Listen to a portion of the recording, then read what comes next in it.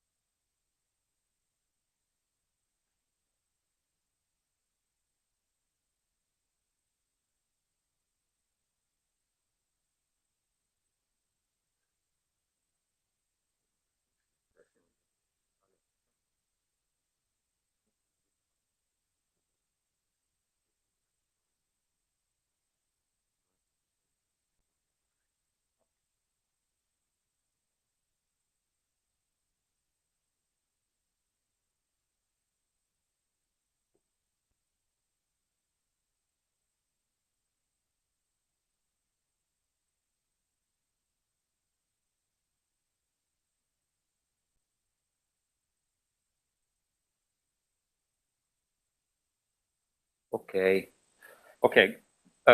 Buongiorno a tutti. Good morning, everybody, and good afternoon for our guests in Dubai. Okay.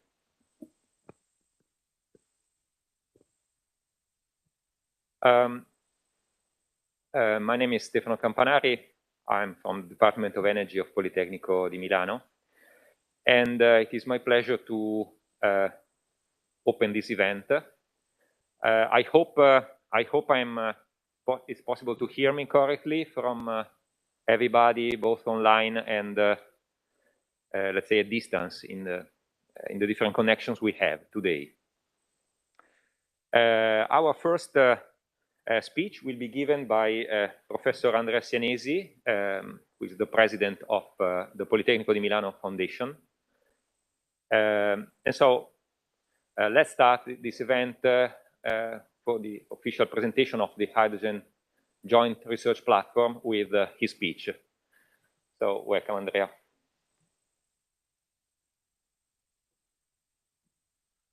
Thank you. Can you hear me? Okay. So, welcome to everybody. Thank you, Stefano, for the presentation. I am Andrea Sianesi. I'm a professor at the Politecnico di Milano, and I am currently serving as chairman of the Fundacion Politecnico di Milano. And I don't know if it's possible to send my presentation on the screen. I ask to the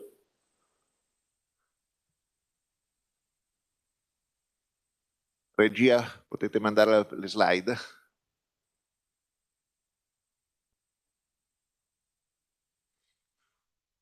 Just a moment.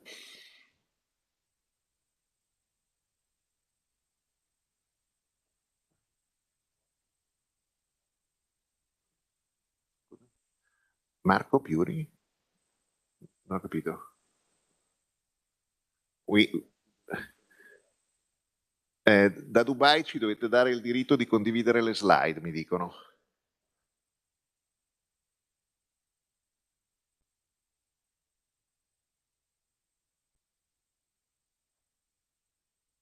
Marco Piuri, dovrebbe essere. No, scusi, Marco Piuri è il direttore generale di FNM, non ha nessun diritto di far condividere nulla. No, però adesso in compenso siamo riusciti a condividere le slide, forse. No, lo so che Marco Piuri è il direttore generale di FNM, però essendo stato in Dubai.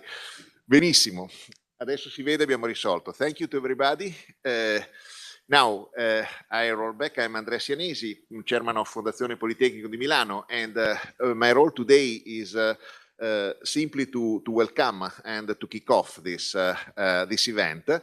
This event is the kickoff of the Hydrogen Joint Research Platform that is, as you can see in the PowerPoint, a research and innovation center that is based here in the Politecnico di Milano and is set up by Politecnico di Milano and Fondazione Politecnico di Milano together with the leading companies that are working in this domain of the hydrogen.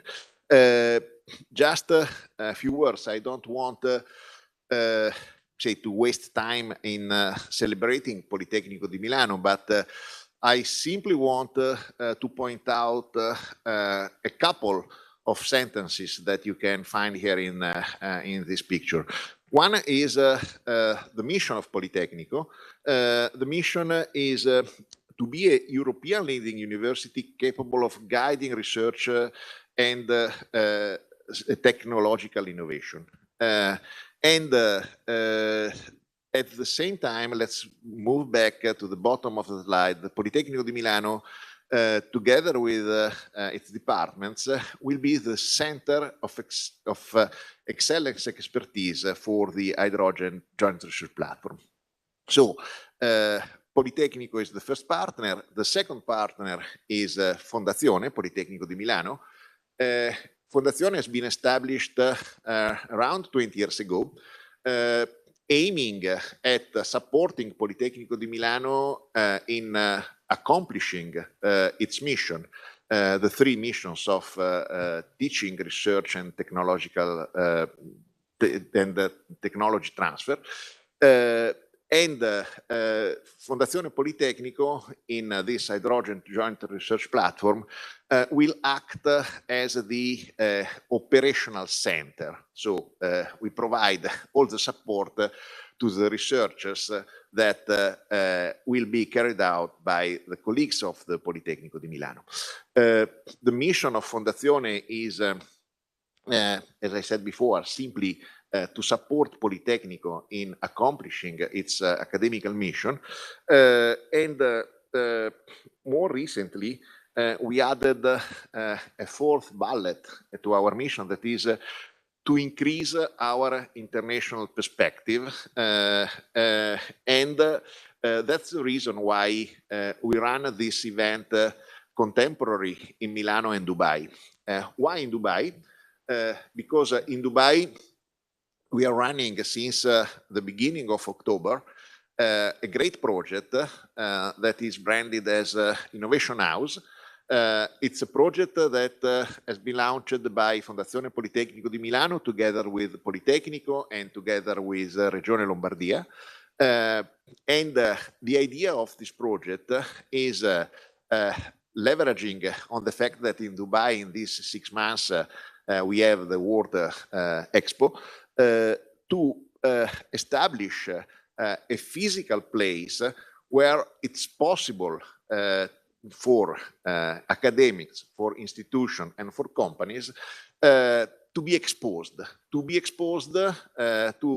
a wide set of people that are working in Dubai in these months in order to create opportunities for networks. I just came back from Dubai after 2 days of, let me say, events where the fil rouge was the sustainable mobility. And this event is another event of this set of events that we run in Dubai. And in this case, we decided to organize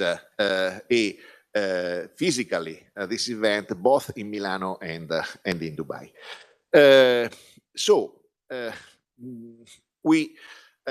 now let's go a little bit more into the contents of this hydrogen joint research platform.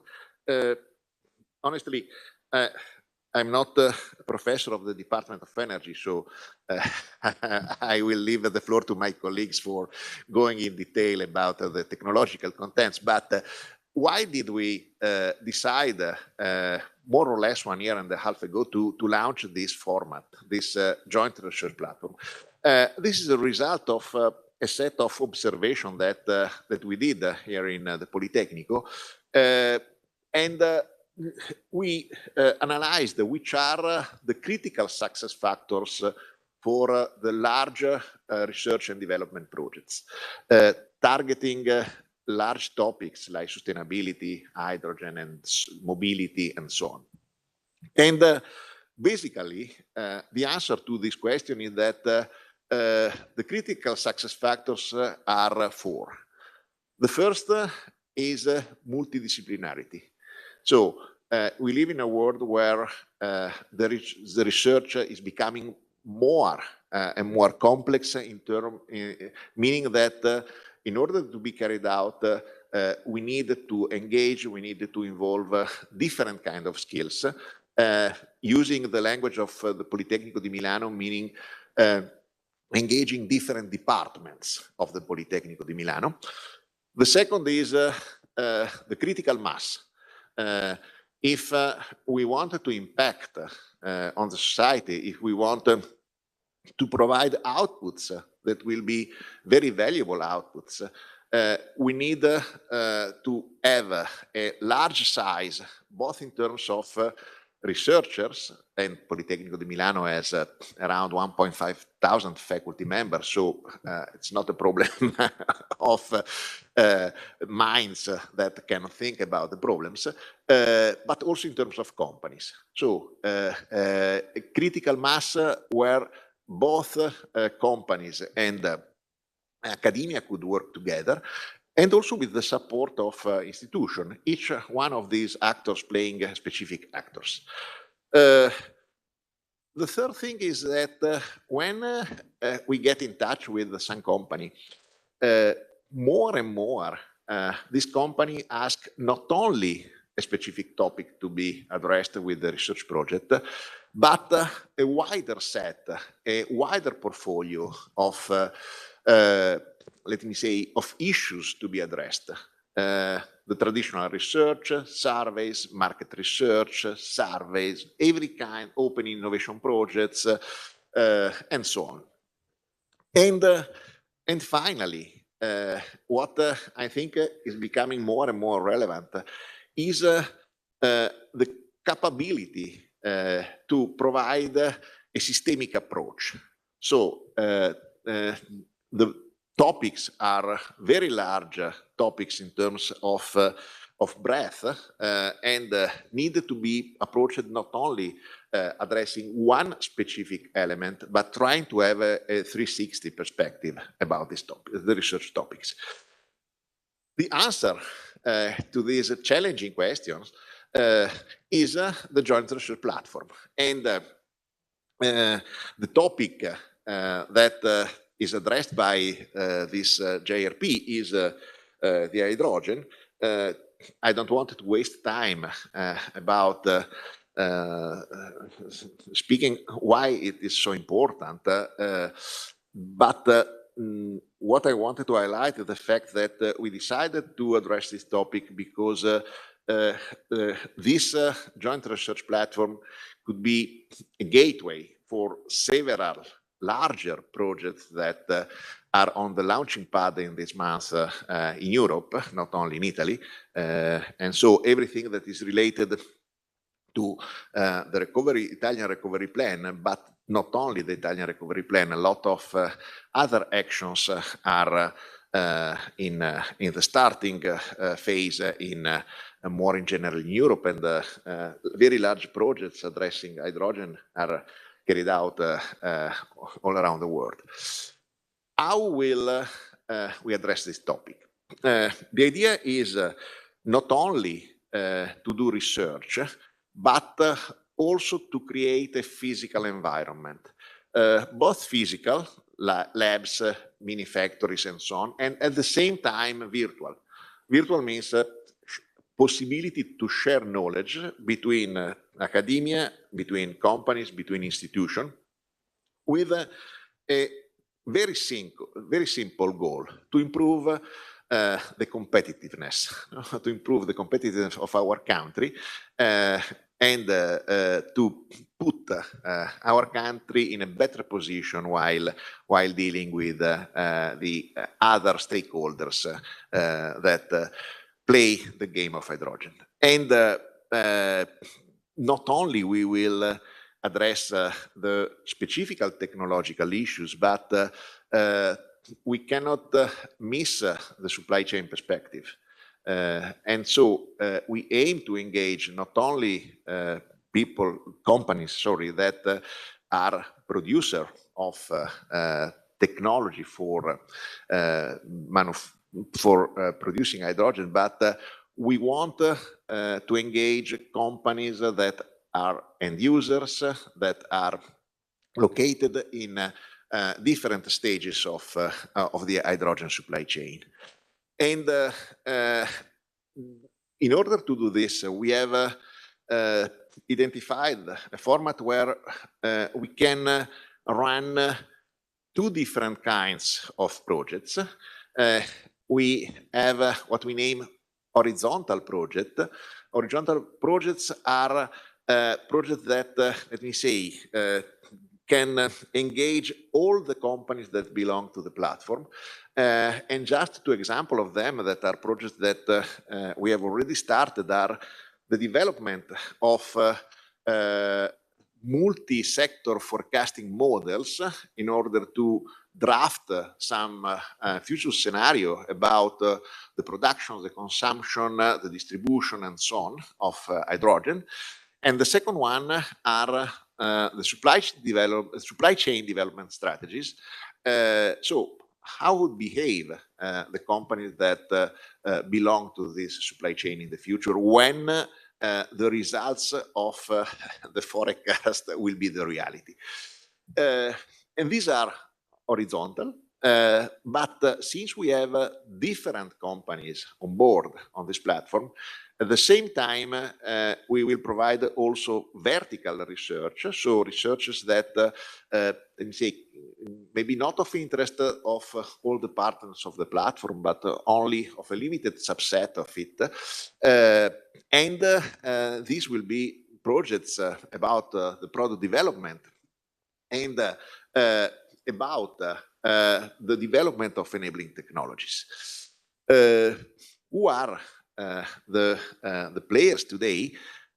We have founders, Politecnico and Fundacione, but not only Politecnico and Fundacione, also Edison, ENI, and SNAM, and more recently also Maire Tecnimont, Nearterm, and A2A join our platform. This is, let me say, the top level in terms of partnership.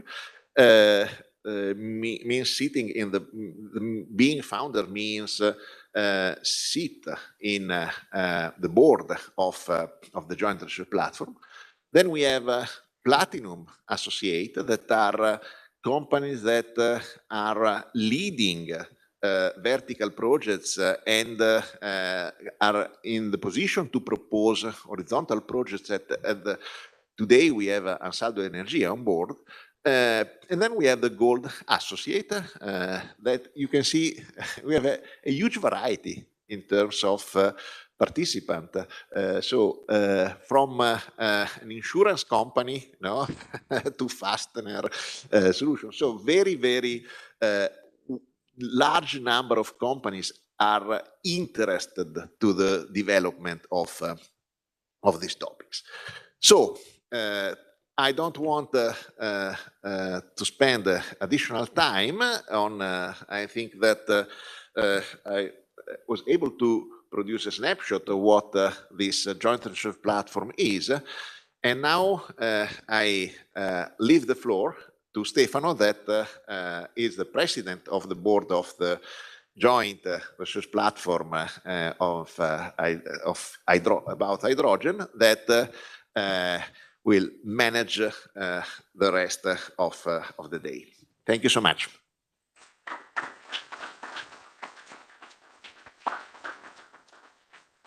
Thank you, Andrea. Many thanks for your speech and introduction. Now I'm giving the word to the next speech, which will be given by Professor Giovanni Lozza, who is the director of the Energy Department at Politecnico di Milano. He should be connected from Dubai together with the group of people involved in the initiative that Andrea has introduced. So, if we Thank you. Okay. Thank you, Stefano. Thank you, Andrea. Ladies and gentlemen, good morning. Let's start speaking of hydrogen in a more technical fashion. I have collected here a number of statements. I'm sorry, I have to drive the next slide. They tell me it takes a while, but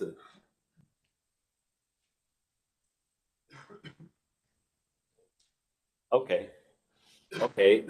Well, I collected here a number of statements about the hydrogen strategy in the European community, but I know that probably everybody here is well aware about the increasing role of hydrogen in the green energy transition and of the ambitious program that the European community has in this target, and it was quoted also by Andrea Sianesi. So I will switch to the next slide quite fastly, because we have to assume that hydrogen is a clean energy factor, which is complementary and not alternative to electricity in moving the world towards the decarbonization targets. And it is very versatile because it can be used in a large number of energy sectors.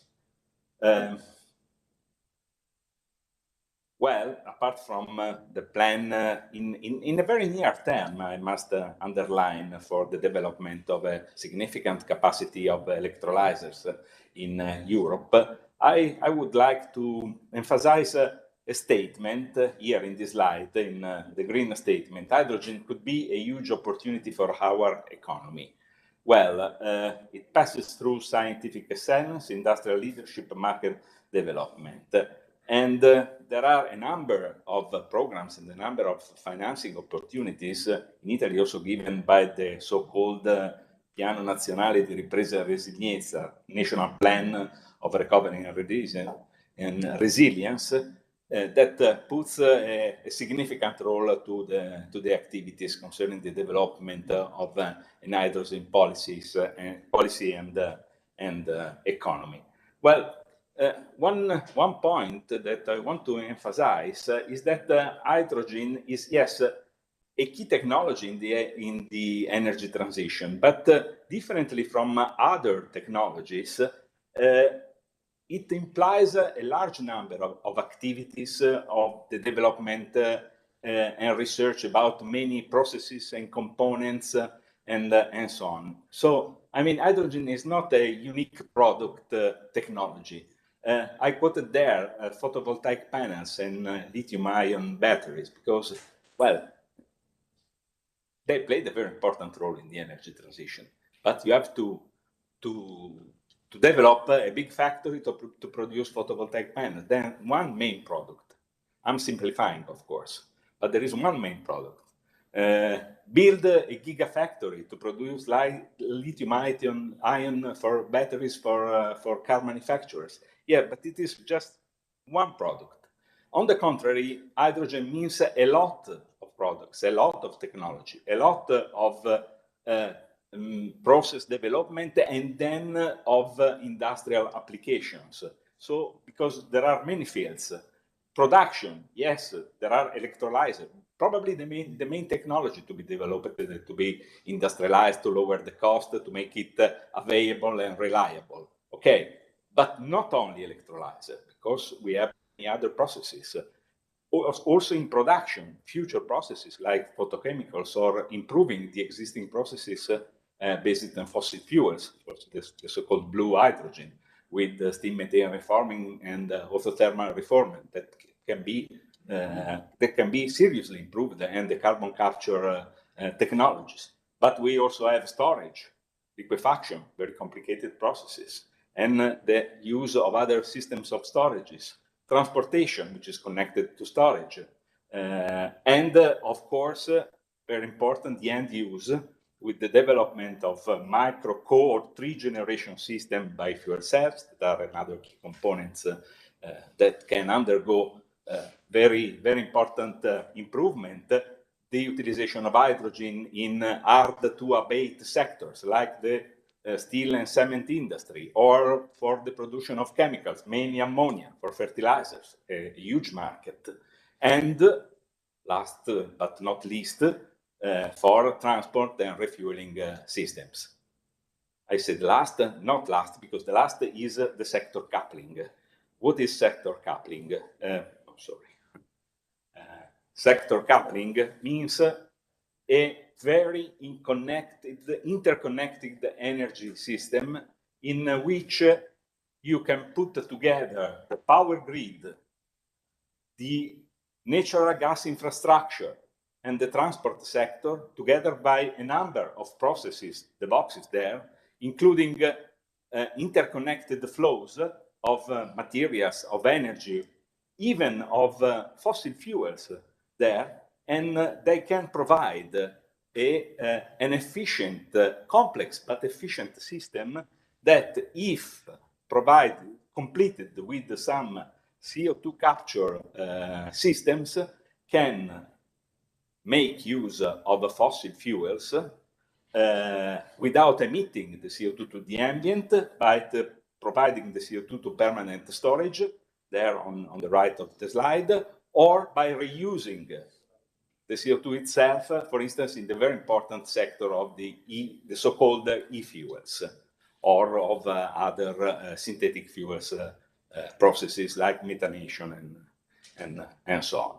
So this is quite a complicated figure, but gives the idea of the large number of opportunities given by the hydrogen technologies, if we want to put them together just under one banner, one word.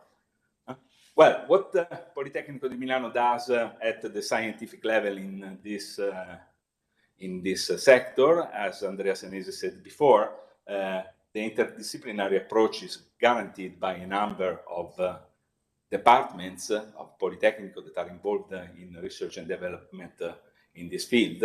I must quote the first line, which is given by technical departments like energy, chemical engineering, and mechanical engineering. But you see there that we have strict links with the information department, with management department, because the business is not just to produce a single device, a single process, but to have control of it, to have the supply chain of it, and so on. And we also make a cooperation with the departments of architecture and design to make the products more clearly acceptable, more well available to people, to the user. And this is quite an important role together with the more technical issues. One of the strong points of our departments is the availability of some important laboratories where experimental investigation can be carried out. I quoted there a few examples with their name and just a very simple statement to understand what they do. They are quite important laboratories, not so easily available, at least in the Italian university scenario. And not only laboratories, but also numerical approaches with optimization, simulation, forecasting, predictive models for the components, and many other activities. Together, the link between experimental and numerical investigation is quite important in the scientific field.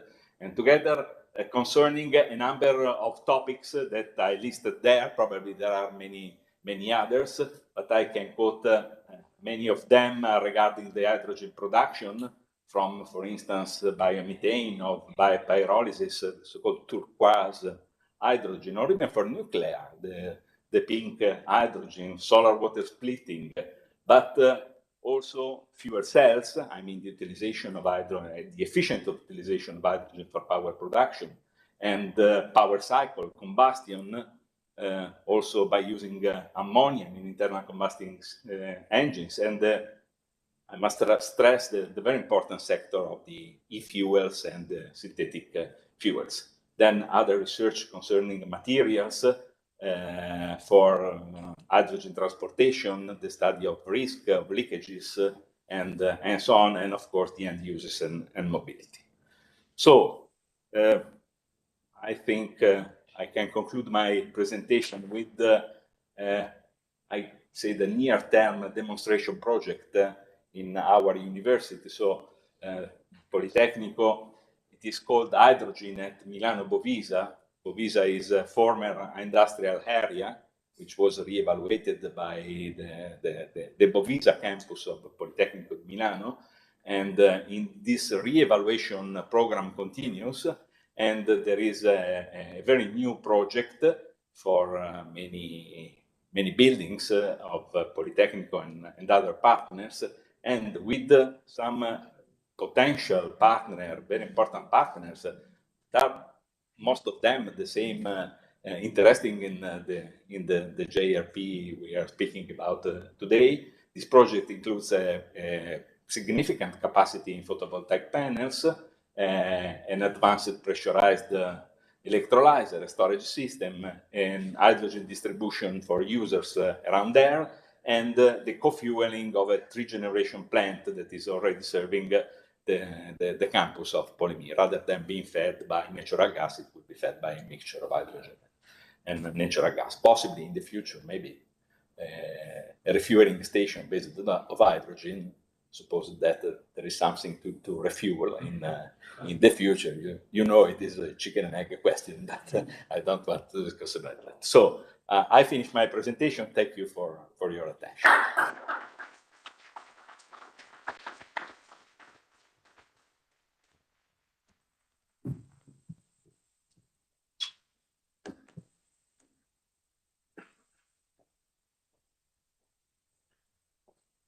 Okay, thank you to Professor Lozza for the speech. Now we move to a presentation from my side, and I also kindly ask to our Regia, okay, to show the presentation at full screen if possible. Or should I do that? Well, it's visible. It's visible, but I guess we could also go full screen. I don't know if I must do that or not. Thank you. Grazie per l'aiuto. Perché non vorrei fare danno. Okay.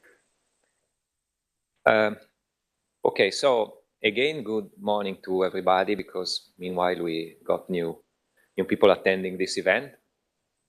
And welcome again for those who are connected online or for those who are here in presence.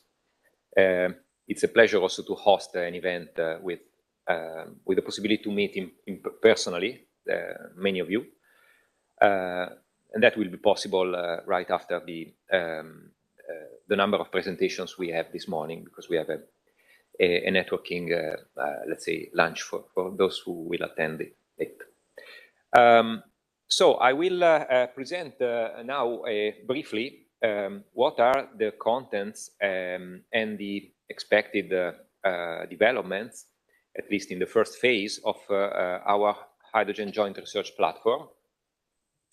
First, I wish to thank the many co-authors for these presentations, because we have a wide group of people working behind the results that I'm now very briefly addressing in this presentation. So here we have just a partial list of those who are involved, as a matter of fact.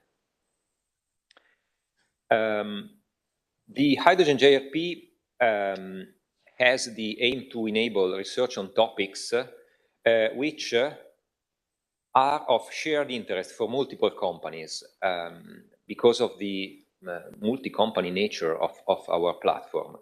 The idea, as Andrea already mentioned, is to focus either on kind of horizontal projects and topics which are expected to be of general interest for the majority of the partners in our joint center. And those topics should build a kind of framework for the general activity of the hydrogen JRP being, let's say, of wide scope in general. While the so-called vertical projects will be more focused to specific research objectives, supporting the evolution of specific technologies in particular. And in those cases, they will be driven by a specific group of partners in our platform. The idea is, therefore, to share the research of interest, increasing its value and also decreasing the impact of research costs in a way, and to generally support the evolution of the hydrogen supply chain, but also to have a role of advice and positive influence on policy implementation in general, and establish a platform, a place for a dialogue with institutions. And also, of course, having a network with parallel European and international initiatives which are aligned on the same objectives. The JRP will have a working structure with an internal steering committee, which I am honored to guide as a president, which represents the Politecnico, Fundacione, and all the JRP founders, but also with a parallel advisory board, which will include and already includes, with let's say, a list which is becoming longer, stakeholders from Italian and international institutions, research centers, and energy and hydrogen associations. The JRP will then lead specific projects with dedicated committees for, let's say, led by Politecnico and Fondazione, and with the involved companies to coordinate specific developments in each area. The idea since the beginning is that the JRP will develop research on all types of clean and low carbon hydrogen in general. The idea is to be open to all solutions which are able to support effectively the energy transition that we are facing and the trajectory towards a full decarbonization of our economy.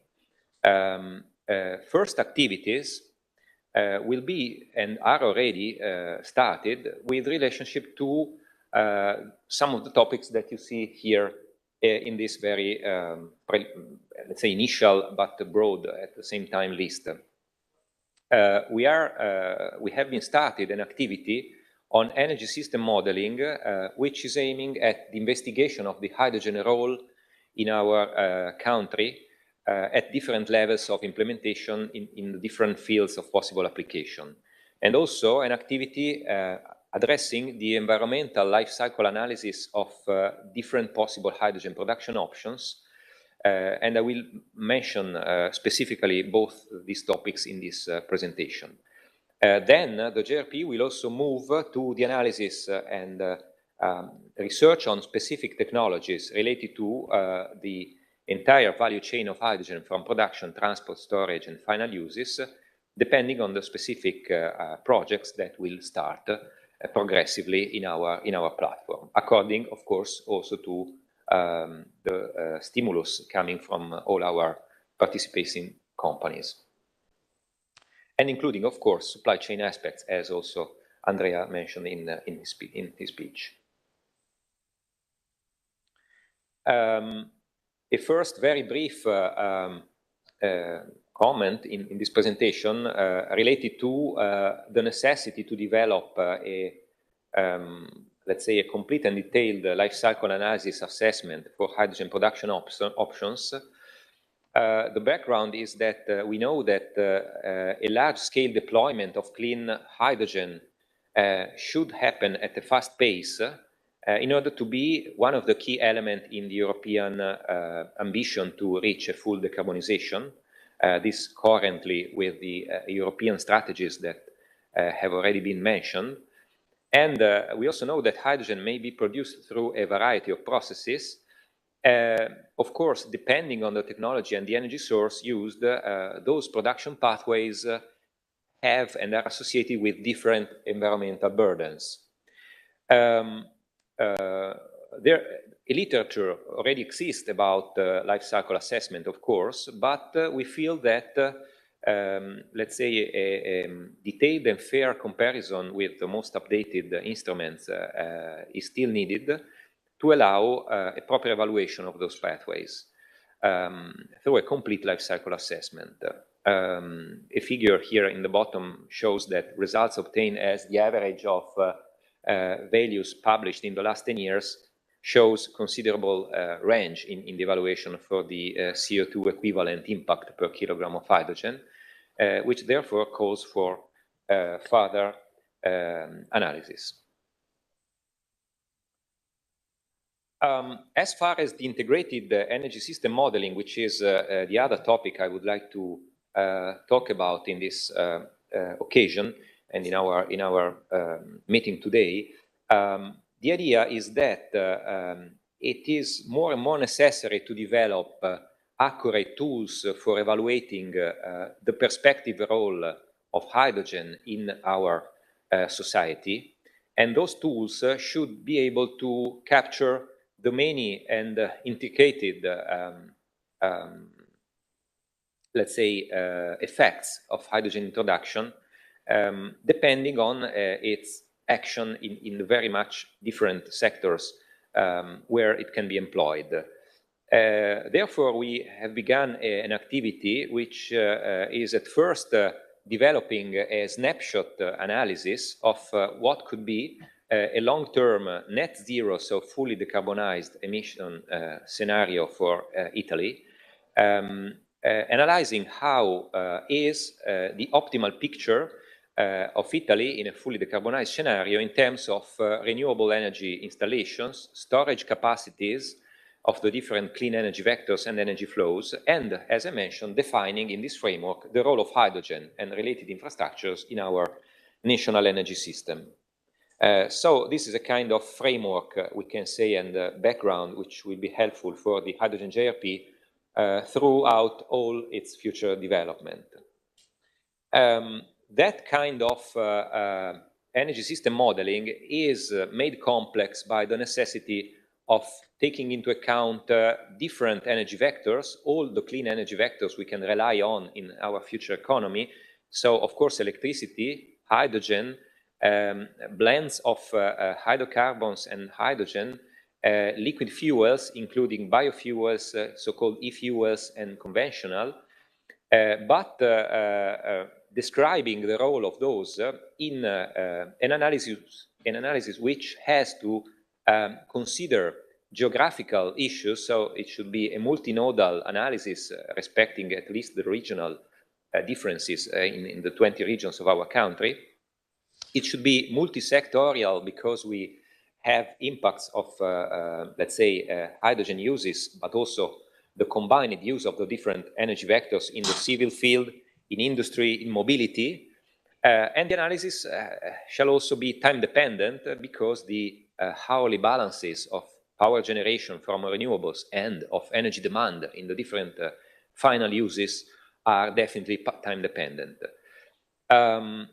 So through a combination of domestic and imported sources of all types, this model is basically solving in each region of our country a complex balance and interaction between clean energy vectors of different types, shared and distributed along Italy through, of course, the electrical grid, through a natural gas grid, which will be, let's say, renovated and also updated to the adaptation for the transport of hydrogen or blends, as already ongoing in our country, but also for the transport of hydrogen in dedicated networks, and the transport of CO2 for what is required for fulfilling a full decarbonization target, which typically requires in all simulations also a fraction of decarbonization through the capture of CO2 from those processes which are really difficult to be abated in other ways. That complex intersection, let's say, of sectors and vectors and distribution needs is or can be modeled through a model which is targeting a minimum economic cost, so the minimum total annual cost for such an overall framework, which includes, of course, the capital cost for all the plants which have to be added in our energy infrastructure, the revamping of part of those, the operational cost for maintenance, for domestic sources, for the energy vectors import, transport and regional exchange, and also the CCS options for closing the balance of CO2. That balance, done at each node of our model and in each time step, has the target of net zero CO2 emission in the overall balance of CO2 uses, taking into account also the supply chains of all the vectors. So not only the emissions at the final use points, but also the supply chains and the effect of CO2 storage where needed.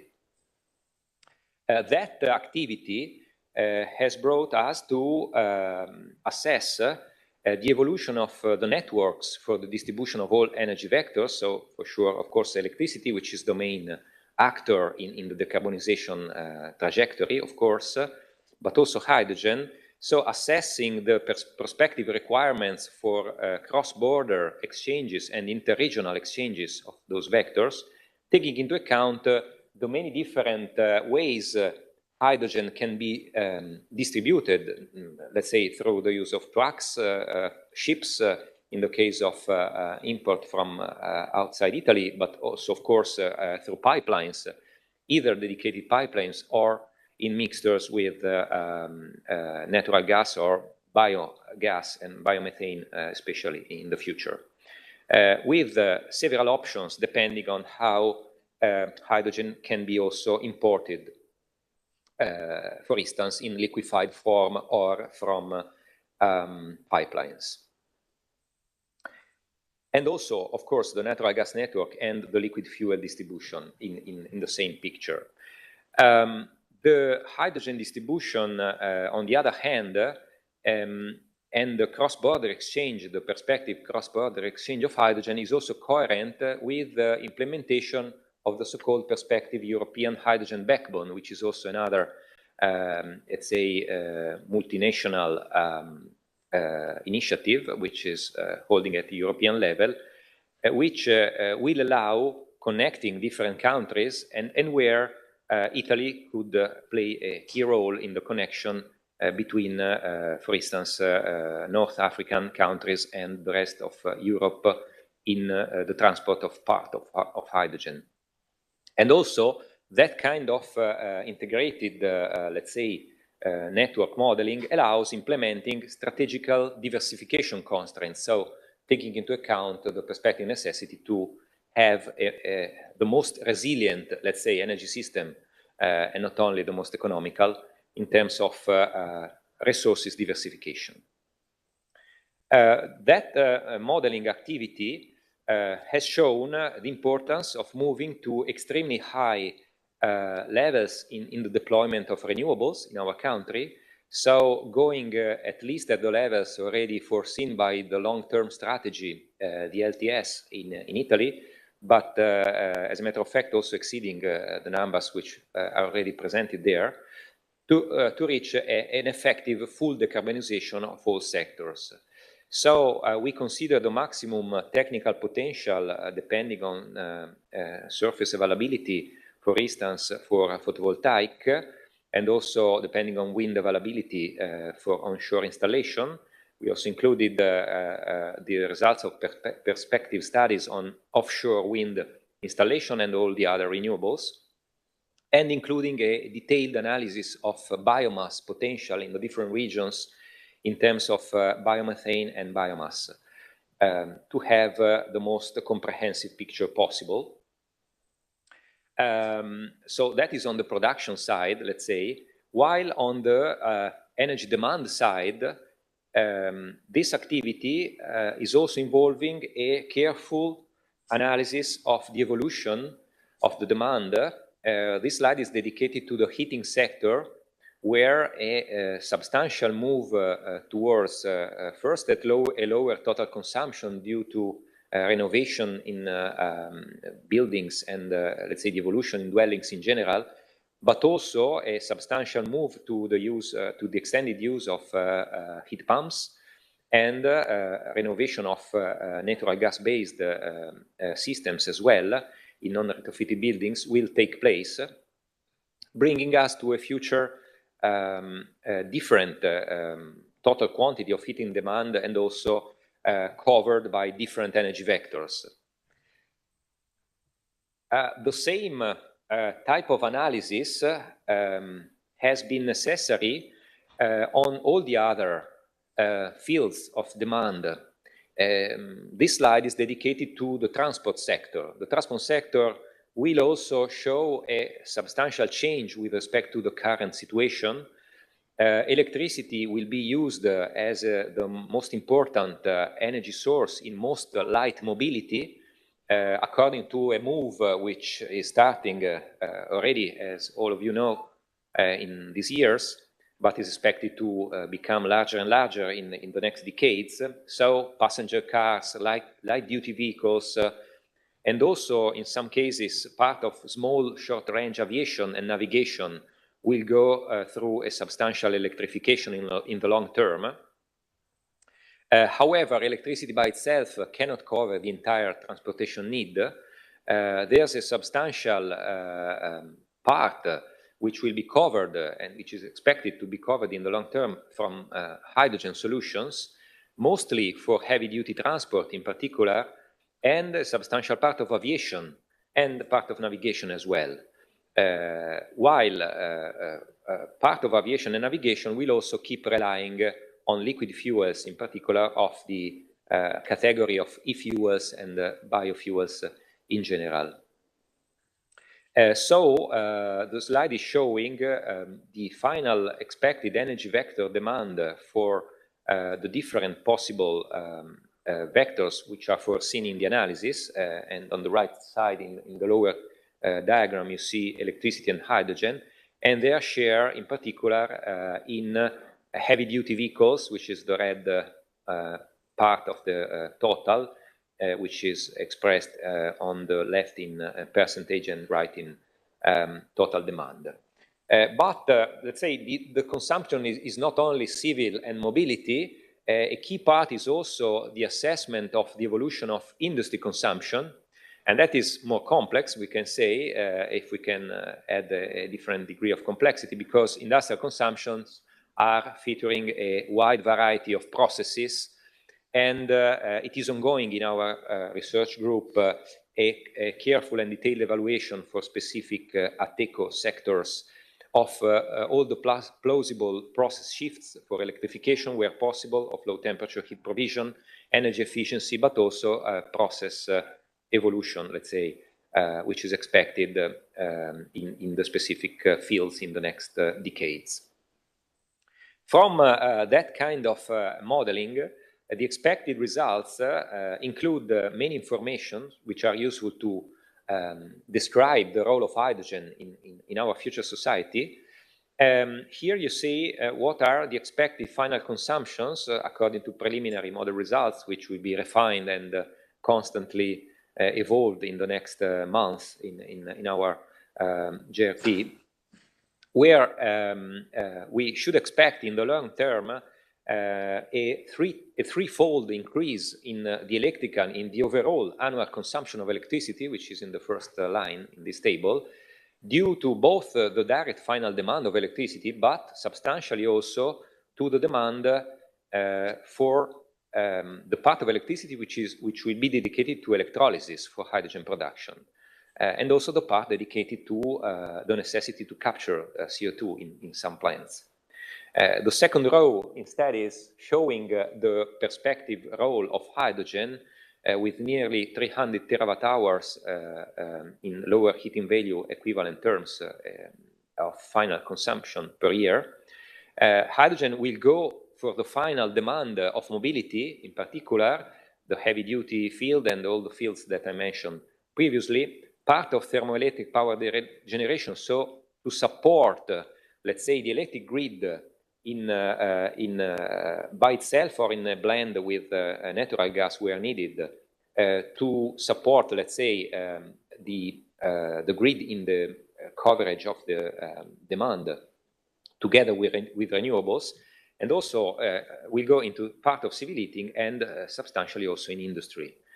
Then there's a part which will be still on, let's say, more classical molecules, we can say.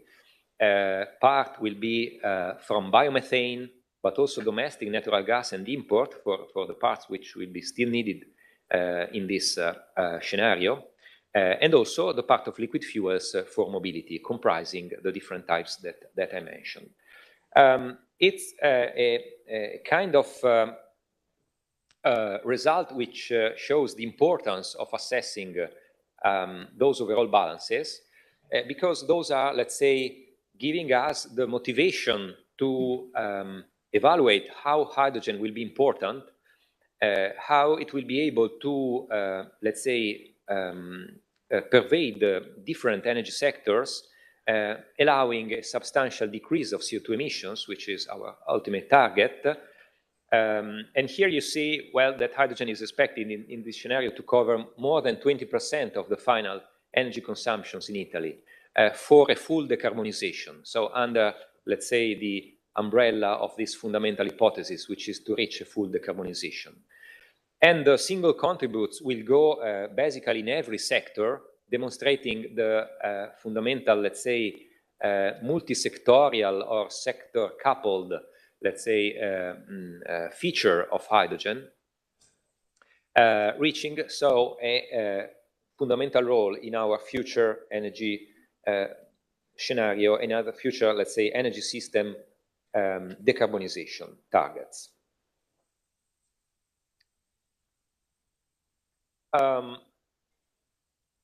Of course, the model will give us also other informations, for instance, related to the geographical distribution of production sites, where hydrogen shall be stored, how much it is moved from region to region, and where we need to have one type or another type of energy consumptions in general, according to our classification, but that's a kind of, let's say, detailed effect of our activity.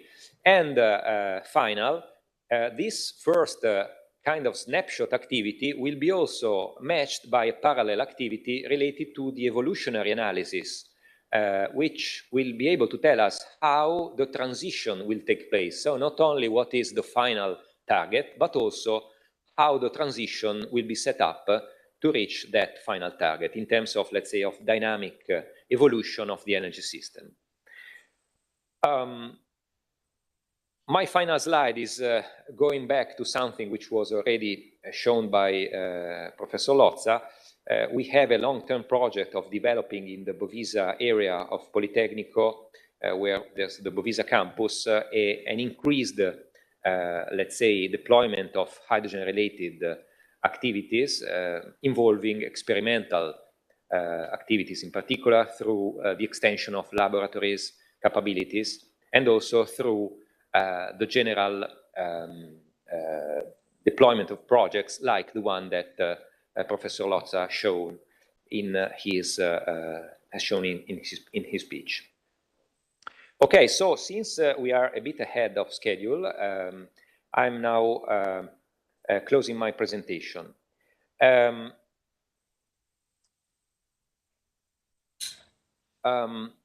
Okay. In our program today, we should have had the presentation from Dr. Monica Spada from ENI. Unluckily, Dr. Spada communicated us that she and her colleagues won't be here due to a sudden and unexpected problem.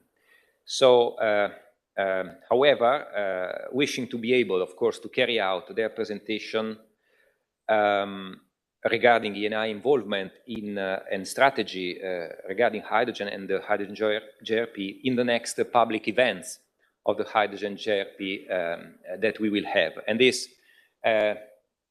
allows me also to say that after today, we plan to have a periodical possibility to meet in the future for next events, which will be able also to report about the activities of the JRP and how they will be ongoing in the next months from now.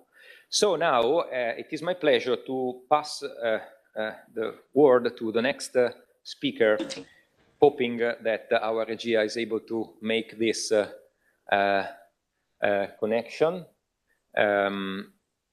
because we should have, if the connection is on, we should have online Dr. Cosma Panzacchi from SNAM. I'm here. Okay, Cosma, you are online. Wonderful.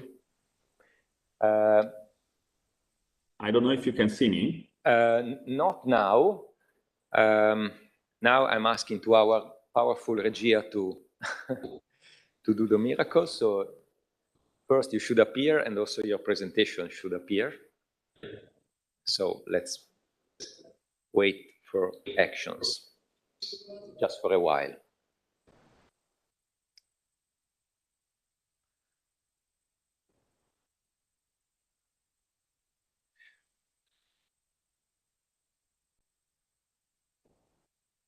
Cosma, we can hear you. No, I'm here, but I'm being silent because I don't know. Okay, you're silent. Okay, so now we see you. Okay, that's already a step forward. I don't know. Can you try to share your presentation? Yes, I will share my presentation. Okay, so you should have the privilege for sharing it. Okay, I'll manage that. Okay, so now we see you. Great. So thank you, Professor Campanari, and thanks to the Politecnico di Milano for this great event.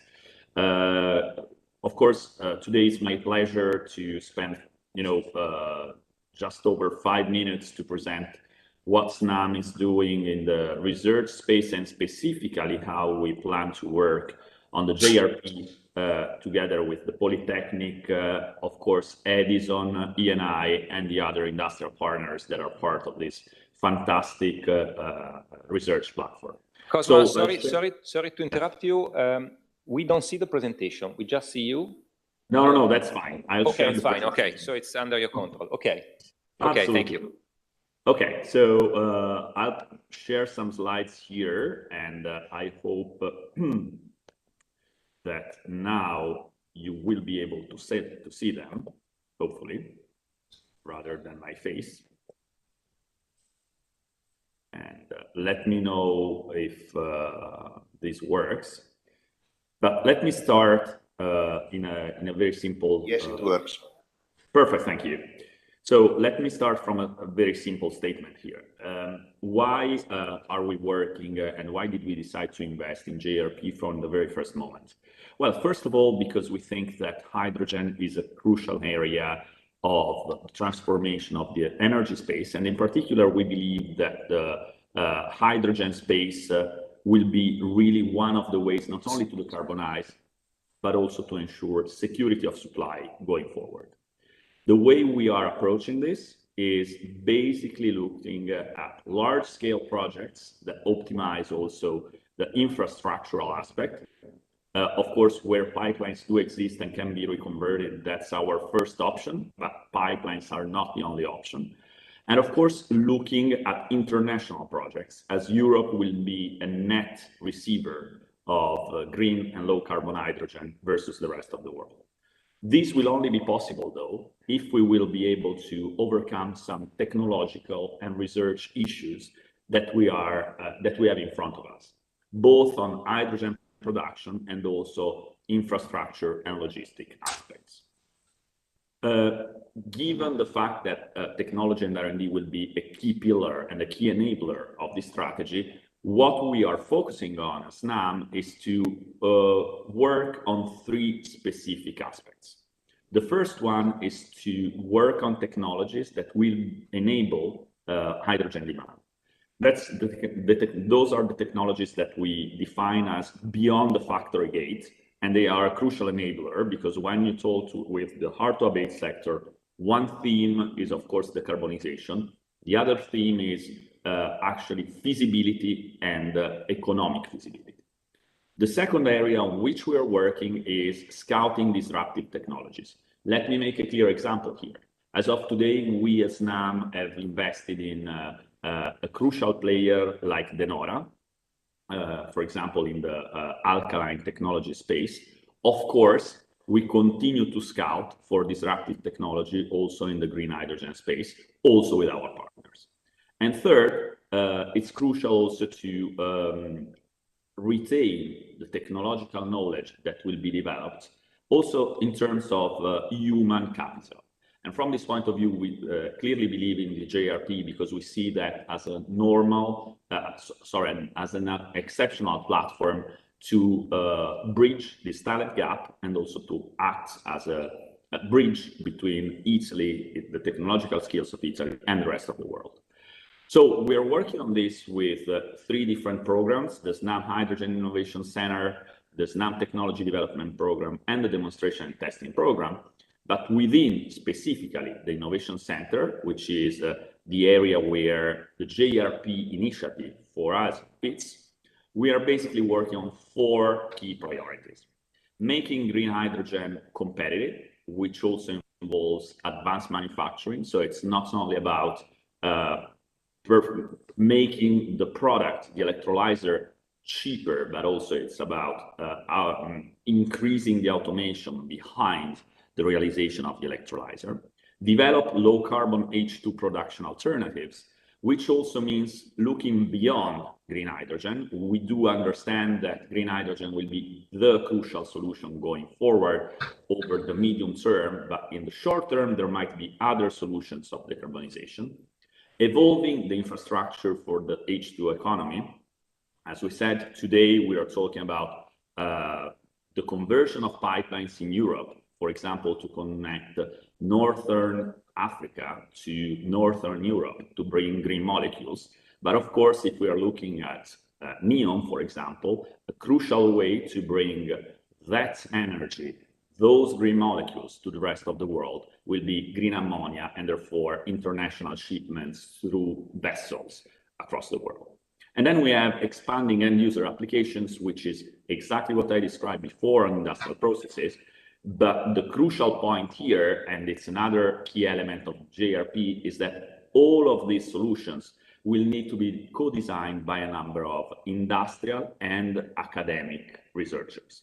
Right now, there is no one, not SNAM, not even the Politecnico per se, and not our esteemed partners that are able to cover all these aspects and solve all these issues at the same time. That's why we love the idea of a research platform that is shared among multiple players and open to other players.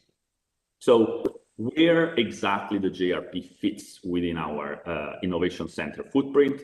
It's basically at the core of our Italian structure, but also pivot for our international research structure. In Italy, we have 4 hubs that are focusing aspects. Is at the core of our Lombardy strategy, but it's also in our mind sort of central intelligence unit to coordinate the work with other areas and also across the world. Here we mentioned the United States as the other hub. We are working with Stanford, we are working with UC Irvine, but of course there are also other areas that we are interested in. So just to conclude, what are our expectations from the JRP program? Basically 3 things.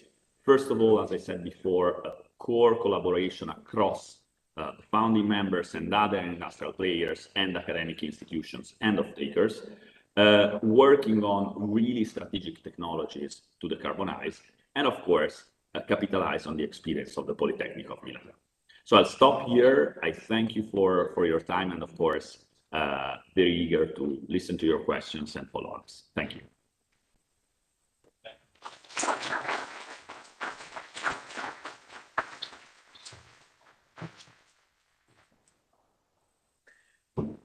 Thank you, Cosmo, for the very interesting presentation and for sharing your thoughts about future hydrogen sector evolution.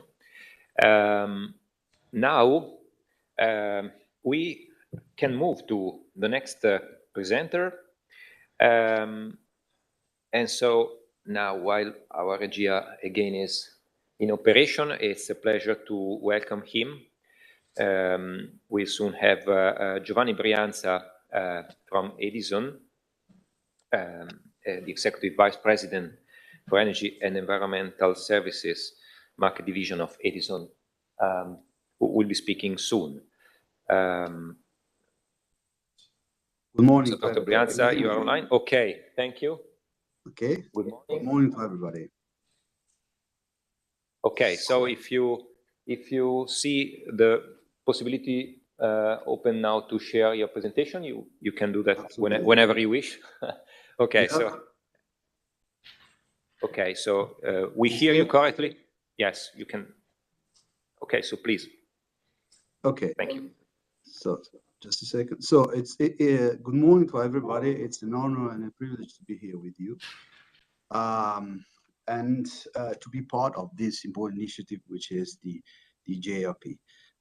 It's an honor and a privilege to join this initiative with the other partners and with the Politecnico di Milano. And you may know that we were born in the at the end of the last the last century from the Politecnico di Milano. So it's very important. It's our house in a certain way.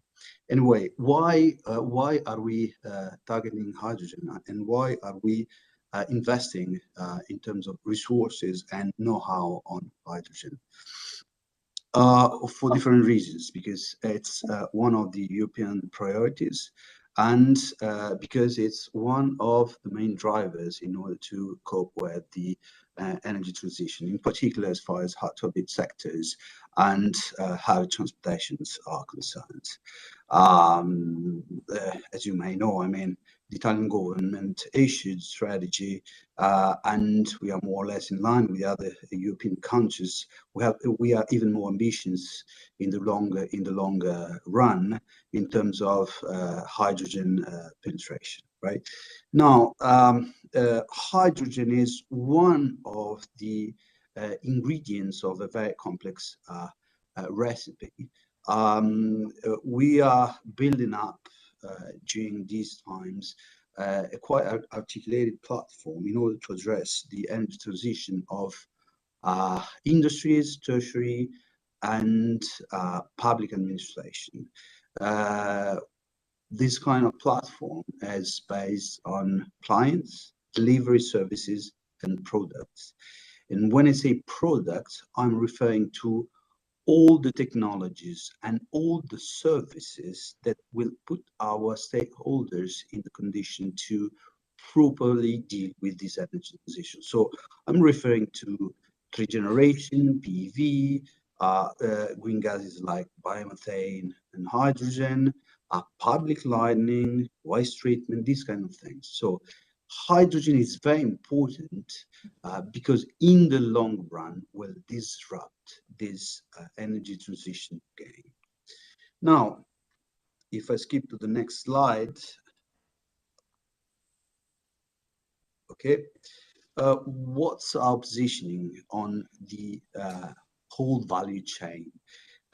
We start from upstream, so we are second player in Italy in terms of installed capacity, renewables installed capacity with more than 2 gigawatts.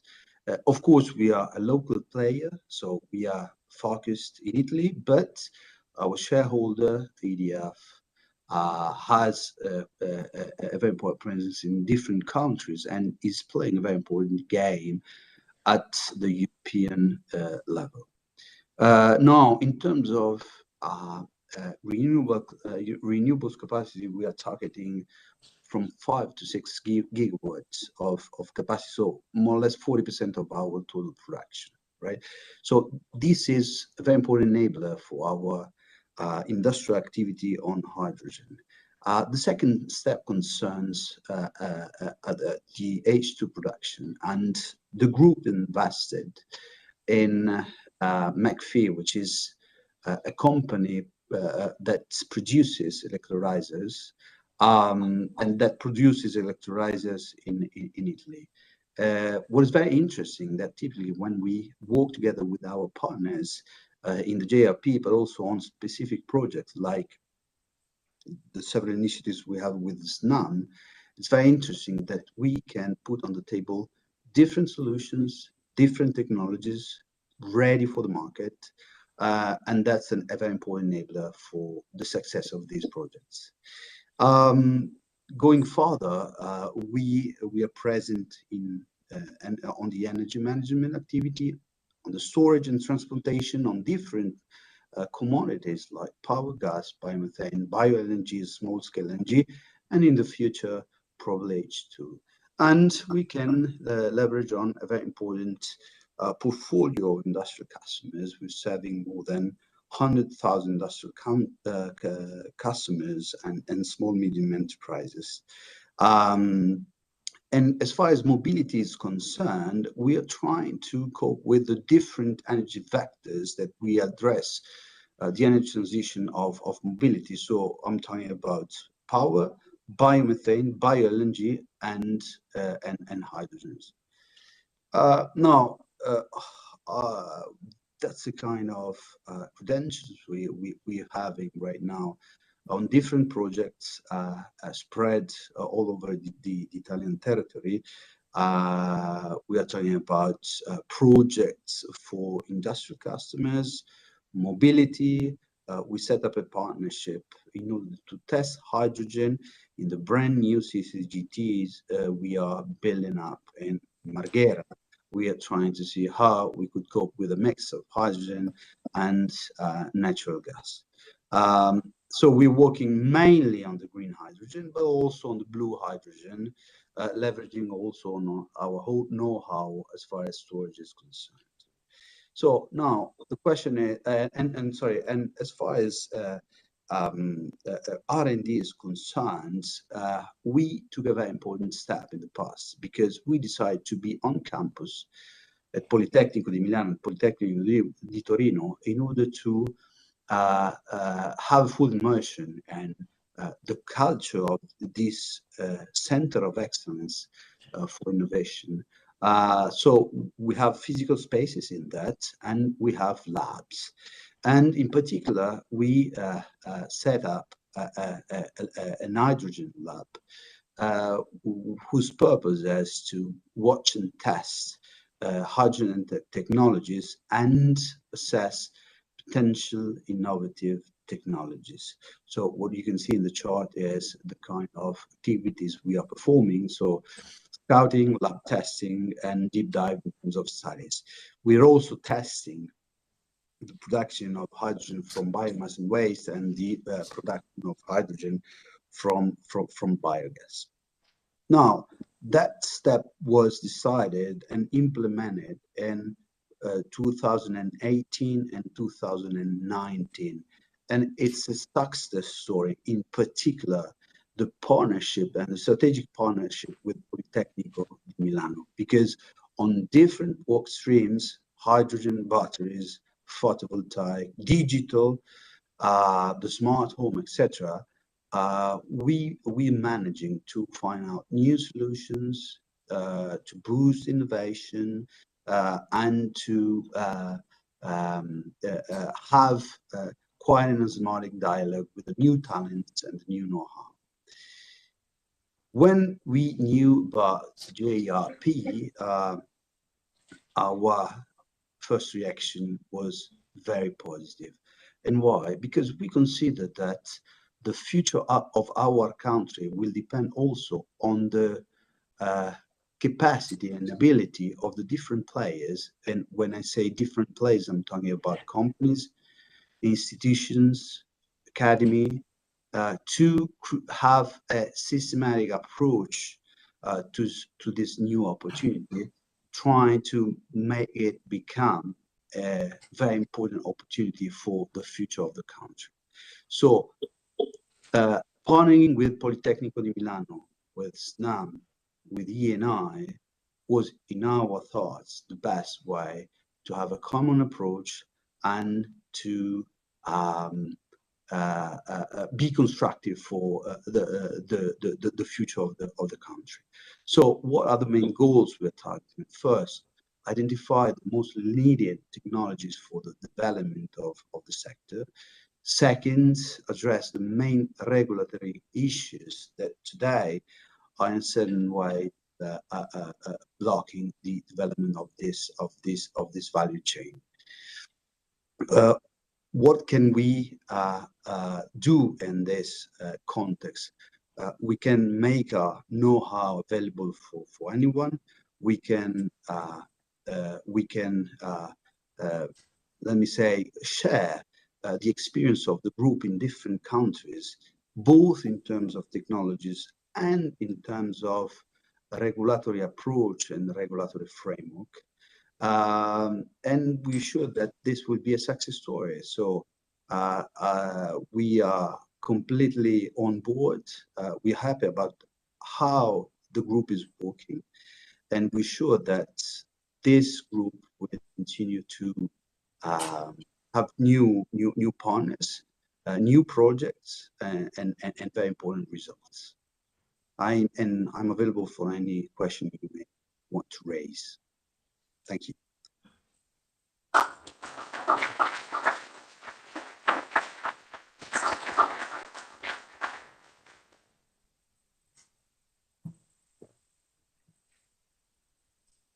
Okay, thank you, Mr. Brianza, for the very interesting and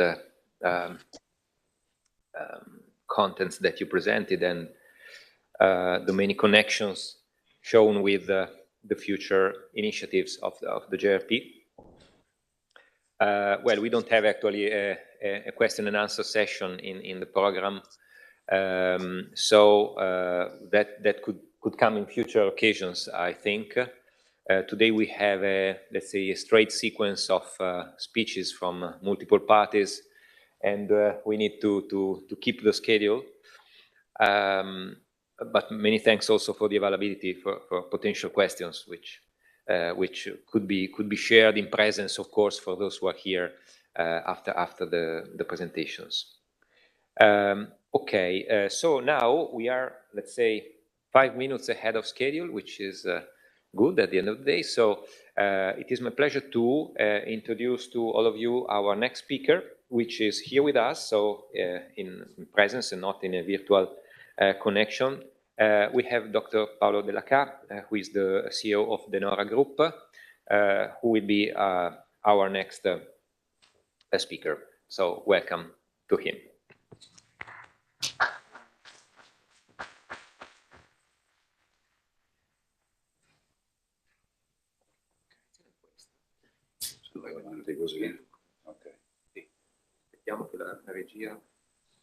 Chiediamo alla nostra regia di mandarla a tutto schermo.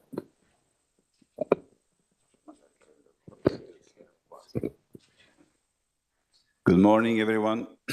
Thank you Politecnico di Milano to invite me to present what we do in the green hydrogen business today. My name is Paolo Della Ca. I'm the CEO of De Nora. De Nora is probably much less known than other presenters today. We are an Italian organization founded in 1923, so almost 1 century. Next year we will celebrate 1 century. And we are a multinational company. We are spread all over the world, as you can see in this chart. We have a very good distribution on the geographical standpoint, also in terms of revenues and employees. We have 26 operative locations worldwide, out of which 14 are manufacturing companies. And we have a little bit more than 1,700 people. We've been founded in Milano We have strong connections with Politecnico of Milano since almost 1 century. I graduated at Politecnico of Milano, by the way, and our headquarters are in Milano, and we do a lot of research and development in Milano. We have more than 1 R&D centers I will show later on. So what we do basically 2 families of businesses. We do electrode technologies, meaning electrodes that are enabling the electrochemical process inside a multitude of different industrial applications. So the electrode are those that enter into a process of somebody else, into an equipment of somebody else, and are the enabling factor of the high performances of that solution, being speed, being quality of the end product, being energy saving, or any sort of KPI that we agree with our partners.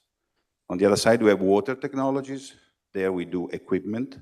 So we do water treatment, meaning disinfection of water, filtration of water, with many different processes in many different applications, from the municipal, so drinking and wastewater, to industrial wastewater, marine water, and so on and so forth. So not to bother you too much about the NORA, let's see okay, this is a journey, an incredible journey of the company that has been doing over 1 century, an incredible continuous innovation process. So we don't have only 1 century of age, but we have also 1 century of continuous breakthrough solutions that have been delivered to the market to enhance or to revolutionize, in some cases, the performances of many industries. Of course, together with this incredible journey from the innovation standpoint, we have been also growing inorganically by continuously acquiring companies that could help us in enlarging our size, achieving the critical mass that was important to achieve to have a very strong presence in the world, to complete our technology portfolio in some cases. Some of this acquisition has been transformational, meaning that they've been contributing dramatically to the growth of the company. Some others have been good add-ons, especially from the technology standpoint. Corporate-wise, we've been founded by Mr. De Nora back in 1923. Today, we are the 3rd generation of shareholders from the family, but we had, in 2017, a minority shareholder entering the group, Blackstone, probably the biggest private equity fund in the world, and they've been replaced more recently, a little bit more than 1 year ago, by Snam. That is not only a minority shareholder, but as you can imagine, is a partner. Is a partner with whom we develop strategies, synergies in the energy transition, and of course, in particular, in the green hydrogen revolution. We have 5 R&D centers, as I told you, 2 in the United States, New Mexico and Ohio. The main one is in Milano, few minutes from here in Lambrate, and then 2 in Japan. We have almost 100 researchers, from PhDs, scientists, engineers, technicians that are every day working in continuously evolve and invent and produce innovation in the field that we work in. And of course, without partnership, we will not be alive, meaning that we are a multinational company, we have a certain size, but we desperately need partnerships, starting from universities all over the world to, of course, industrial partners like Snam and many others that we have worldwide. Green hydrogen. I think it's pointless to share with you that it's an incredible momentum. The number of announced projects is growing every day. The pipeline we have, it's really impressive. And I have to say that we are among the few companies that are already working on projects. We are in full production of projects to deliver green hydrogen solutions in the world. Many different applications. You can see that there is a very high concentration of projects in the European/Middle Eastern area, but there are also Australia, East Asia Pacific, and of course also United States are working a lot in introducing green hydrogen projects in their countries. Here, we don't want to make the fight between green hydrogen and blue hydrogen. Both are existing. Of course, the so-called total cost of ownership of the hydrogen, many are discussing about today how much green hydrogen is competitive, when green hydrogen will be competitive. Here, the point is that the equation behind the total cost of ownership of hydrogen is very complicated, as you can imagine. There is the cost of energy. There's a huge portion coming from the cost of energy. So the lower the cost per megawatt is, and there are already countries that have a very competitive energy cost. I will mention a project in Saudi Arabia we are working on. They're already in the range of $20 per megawatt. So this contributes dramatically to the competitiveness of the green hydrogen coming from renewable sources. Of course, when we talk about blue hydrogen, we still talk about gas. So it's pointless to say that today, with the crazy cost of the natural gas, unfortunately, this equation is continuously modifying. So I don't want to enter into many details, but we believe that green hydrogen is already competitive today, not only in comparison with the dramatic contingent situation that we are living right now, but also to the fact that the lower the cost of renewable energy will be, the more competitive the green hydrogen will be. Of course, what is our duty as technology providers? Our duty is to continue evolving our technology to perform more and more, better and better, to be able to deliver the best performances and the highest competitiveness of the cost per kilo of the green hydrogen. What is the strategy of De Nora in this? What is the strategic roadmap of De Nora in this field, in this business? We do, you see the first three parts are what we consider commercially. We are working every day on this. It's already a reality, not a dream. We produce electrodes for alkali water electrolysis for whoever needs it. So whatever the shape of the cell is the basic module that enters into an electrolyzer, and the electrolyzer, I'm sure you know, is let's call the machine that is producing, using energy and water, is producing hydrogen and oxygen, breaking the molecule of the water through an electrolysis process. So we can serve any electrolyzer manufacturer, any cell manufacturer, whatever the shape and the configuration of their cell is. This is one of the strengths of this company. We serve everybody without disappointing anybody because we tailor-make the solution to the needs of the partner. We also produce cells, the complete cells. We have a joint venture, very strong joint venture called ThyssenKrupp Nucera. This is a joint venture between De Nora and ThyssenKrupp since many years. And Nucera is a company that today has the highest backlog of orders in the green hydrogen technology productions for large-scale projects. And I will talk about that later on. We also serve the fuel cell business. So the business that use hydrogen to go back to energy. We produce the so-called gas diffusion electrodes that enter into fuel cells, high temperature PEM fuel cells and alkali fuel cells that are mainly used for many different, let's call them stationary kind of applications, not mobility. In our under development piece of the roadmap, we have decided to even develop our own electrolyzers. So our joint venture with ThyssenKrupp makes large-scale electrolyzers for large applications.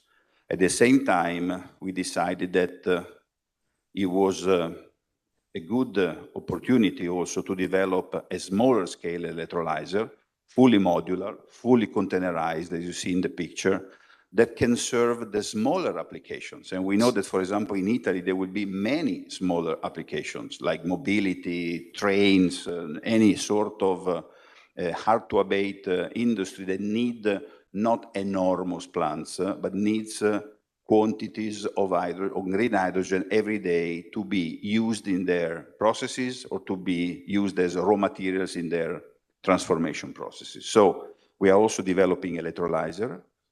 Of course, we have an ongoing number of R&D projects to further diversify our offerings in this business for the future. And future is not only fuel cell, is not only alkali water electrolysis, even though we believe it's the strongest technology available today, but is also IEM, anion membrane solutions for the future, solid oxide, the PEM, and other kind of technologies that are struggling today because they are in a very early stage of development, or they've been designed too complicated or too difficult to become industrial. But there are opportunities, of course, even for them to develop over the futures. Once we have created the install base, so-called, once we have delivered our solutions to the plant, to the ground, of course, we start another long-term journey with these customers, meaning supplying them the services, because it's not just enough to deliver an electrolyzer or a plant. It's important to keep them alive and to enhance their performances over the years with continuous assistance and maintenance programs. So that's what we do in terms of strategy. In terms of entering into a little bit more in details of what we do on a daily basis, we have our proprietary coatings. The coatings are catalytic coatings that go on the surface of the electrodes. We have, of course, electrodes, cathodes, anodes, that are the components that enter into the heart of the electrolysis process that is making hydrogen out of water without any impact on the environment. So that's what we do. We fabricate the cells combining these electrodes and these catalytic coatings together in a three-dimensional solution that is called cell, which is the basic module that enters into an electrolyzer. And then you can see that every time we enter into a process with our electrodes, thanks to the high performances of the electrodes and the enhancement of the process itself, the cost, the performances improve. What does it mean to improve? We work at the highest current density available in the market. The current density is a sort of indicator of the productivity. The higher the current density is, the highest the output is. That means that with the same footprint of solution, the productivity, the output of green hydrogen with the same sort of hardware is increasing dramatically. Of course, at the same time, power consumption. So we are able to deliver solutions that offer the lowest power consumption. So at the end of the day, again, the total cost of ownership, or the so-called levelized hydrogen cost, is achieving the highest or the maximum competitivity available in the market today. That's another representation to show that we never stop. So the evolution, without entering into too many technical details, but the evolution of the technology, of course, never stops. And we continue delivering solutions to the market that will give the highest competitiveness in terms of cost of the green hydrogen molecule. Last chart from my side is a project which is quite famous, but it's nice to share that, again, we are in real life. We won important projects in the United States, in Europe, in Middle East. Now, this is the biggest of the one that we won together with our joint venture. It's called NEOM. NEOM is in Saudi Arabia. Probably some of you have read about NEOM. NEOM is going to be a region, an area in the northwest part of Saudi, nearby the Red Sea, totally without any inhabitants, with a fantastic nature that is enjoying an incredible sun power every day and also wind power every night, because the Red Sea is deep, is cold, so every day it generates wind over the night. So what is NEOM? NEOM is the idea of the Saudis to show the world that they have, they are the first one in investing some of the money that they've been earning for decades from the oil and the gas into something else. So Neom is going to be a smart city of 1 million people, completely designed to be fully sustainable. I invite you to Google a little bit about that because it's something phenomenal to see.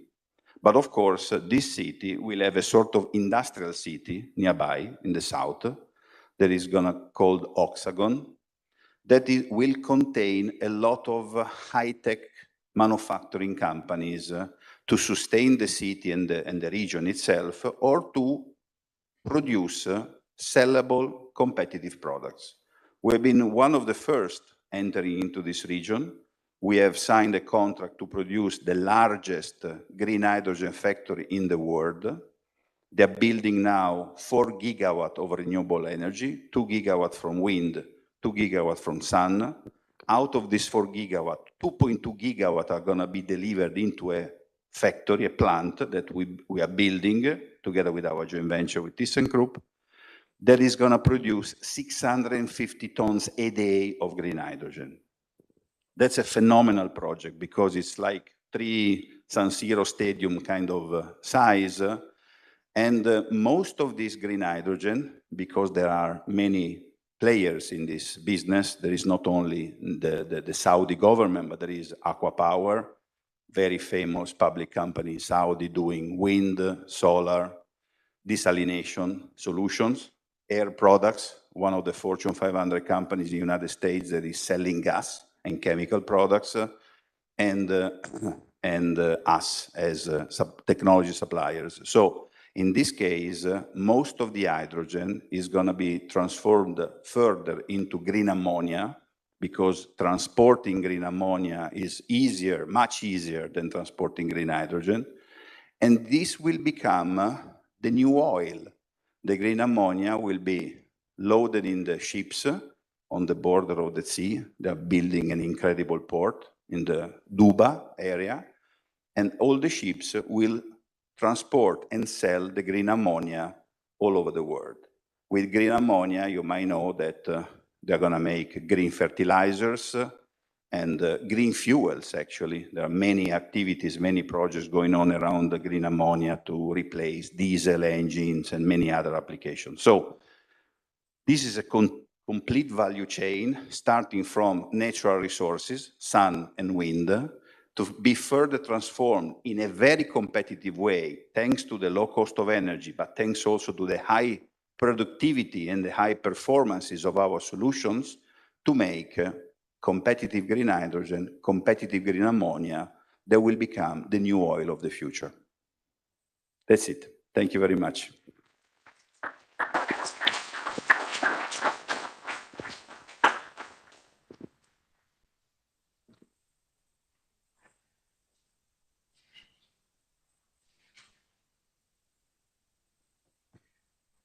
Okay, many thanks to Mr. Della Ca for this very interesting and we may say also inspiring presentation with these important projects which will be developed in the next years.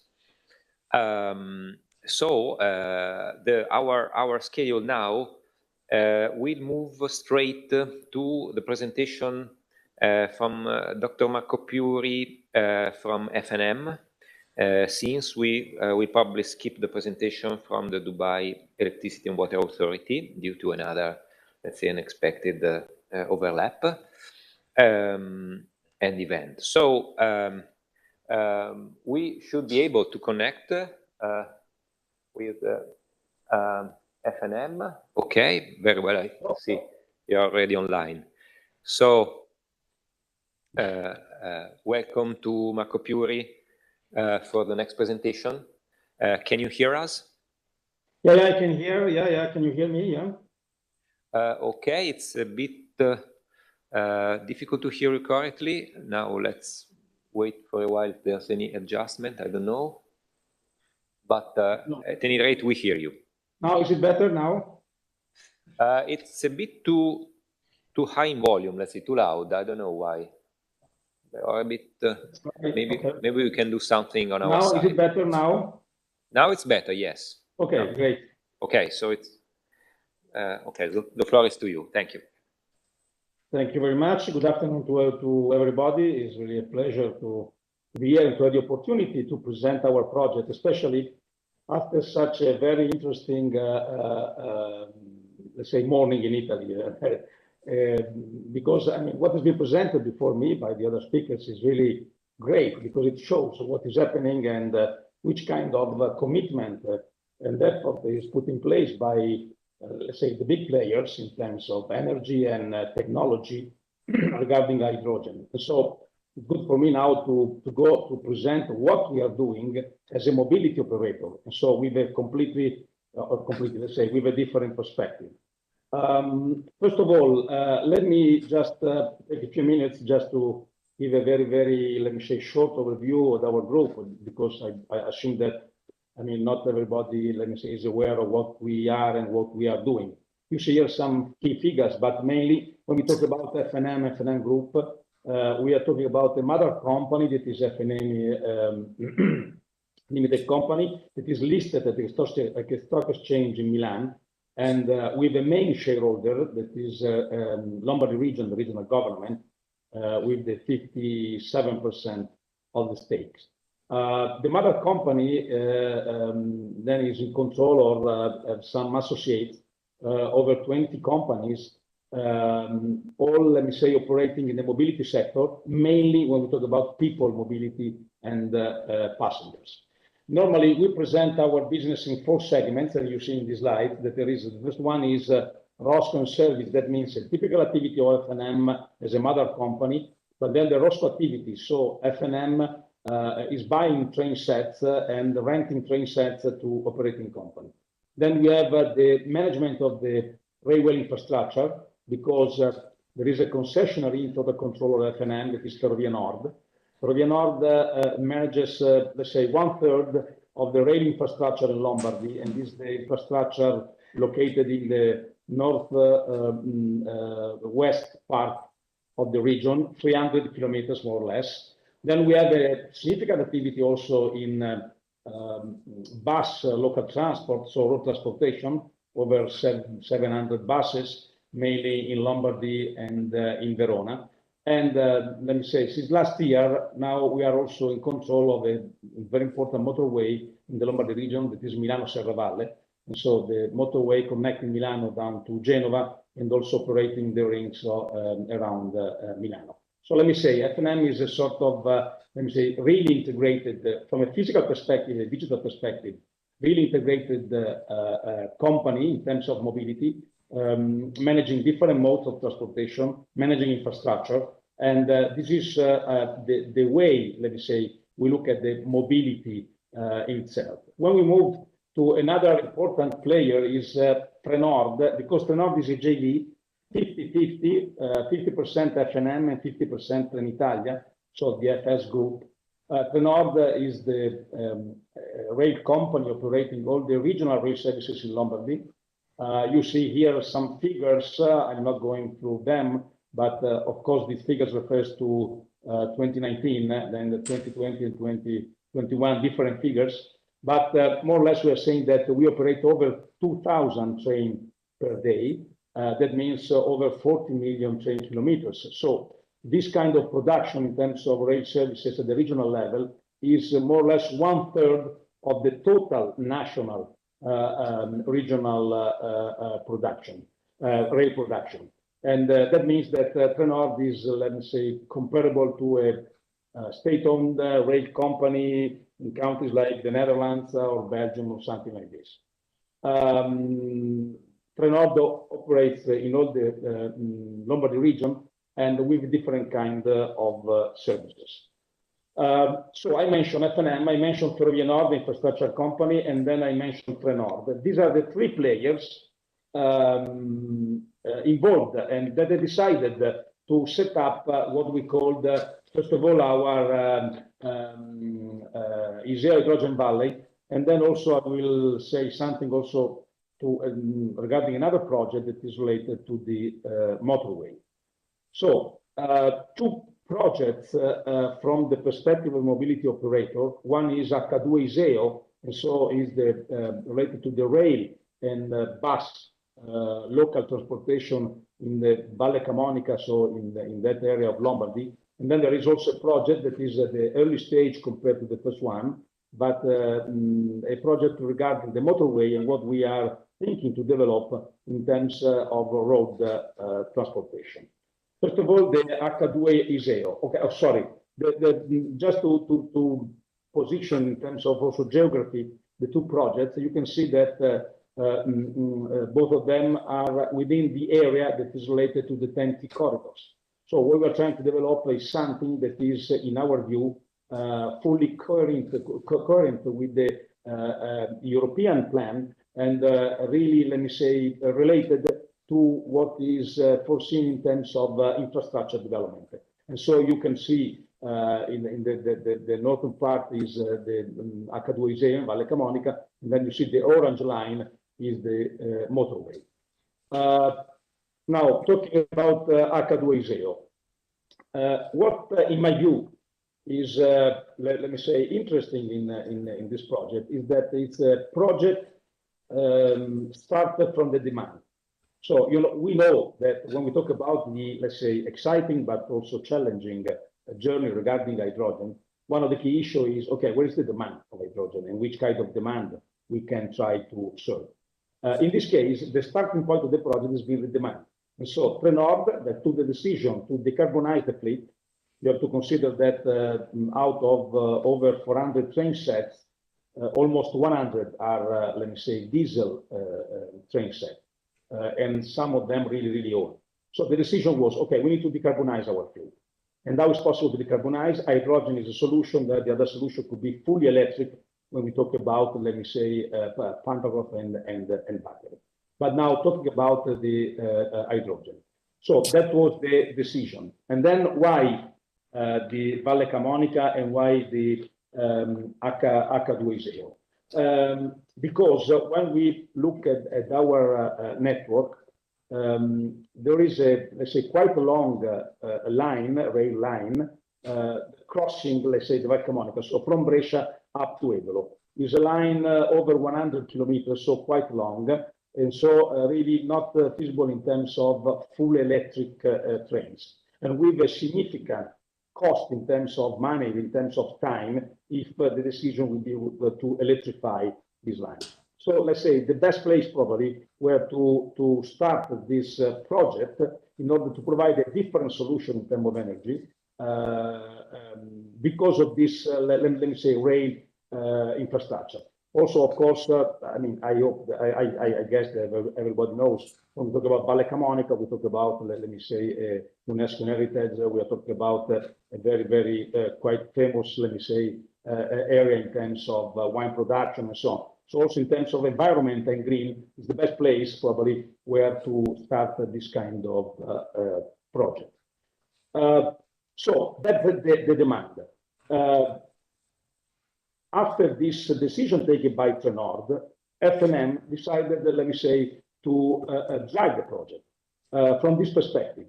Because if we have the demand, we can start to think about how to provide the hydrogen needed in order to move the trains operating in the valley.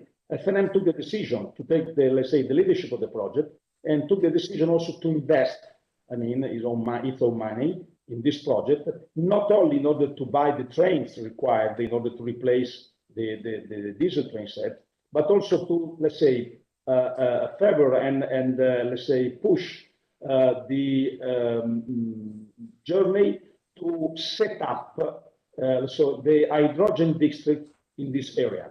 So started from the demand, the hydrogen needed for the 14 trains, but then the decision to say, okay, this is the opportunity in order really to make real the possibility to produce hydrogen in this area. And so this is the reason why the project is called Hydrogen Valley. It's not just a matter of mobility and not just a matter of having 14, because we're talking about 14 trains in this valley, but also the matter is that take this opportunity to answer to the demand of hydrogen created by Trenord in order to create a sort of hydrogen district. And so let's say the vision is much more wider than just related to mobility. And what we are learning, in this project is that mobility can be really a driver, not only in this area, not only in Lombardy, but also in other parts of the countries, where we can think that mobility can drive and can lead the process in order to make, let's say, hydrogen as really an opportunity. And that's the challenge we are facing. That's the line I just mentioned before. So it's a line from Brescia up to Edolo. And that's, let's say, very, very short, the project. So what we decided is, as FNM, to buy from Alstom 14 trains, because currently we operate the service in the valley with 14 trains. And so the target is to fully replace the existing fleet in this area, in this valley. And there are 3 phases, let's say. The first one is, 6 trains, and the construction of the plant construction, the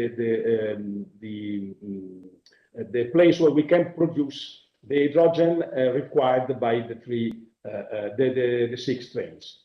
Then the decision is to move to additional 8 trains in order to cover the 14. And because of this, and because of the demand, we need, let me say, additional production of hydrogen. And so on top of the first one plant that we decided to have in Iseo, the decision is to have 2 additional plants, also because the idea is to make available what the hydrogen produced in this area, not only for the 14 trains, but first of all, for, let's say, the other transportation system, starting from the bus, from the local transport and the bus. The group operates, let's say, 40 buses in this area, and then make available this hydrogen also to other off-takers. And this is the kind of discussion, and this is the path where we are currently involved. That's the timeline. And so the first message here is we started the project before the PNRR. So we took the decision before, let's say, the hydrogen boost and what happened in the last 2 years in terms of resources made available and what is happening in terms of political decision. So the decision was taken before the PNRR. The decision was taken by FNM to invest money in such a project. And now you can see here that we are in the phase where we are, let me say, developing the project in terms of feasibility. And so we are working both sides in terms of trains, what we need in order to make, let's say, possible the trains to run on this line, to have the infrastructure ready to run hydrogen trains. And on the other end, also everything related to the feasibility study in order to have the production of hydrogen. The target is to have the trains, the first train, first 1-2 trains, in terms of commercial services at the beginning of 2024.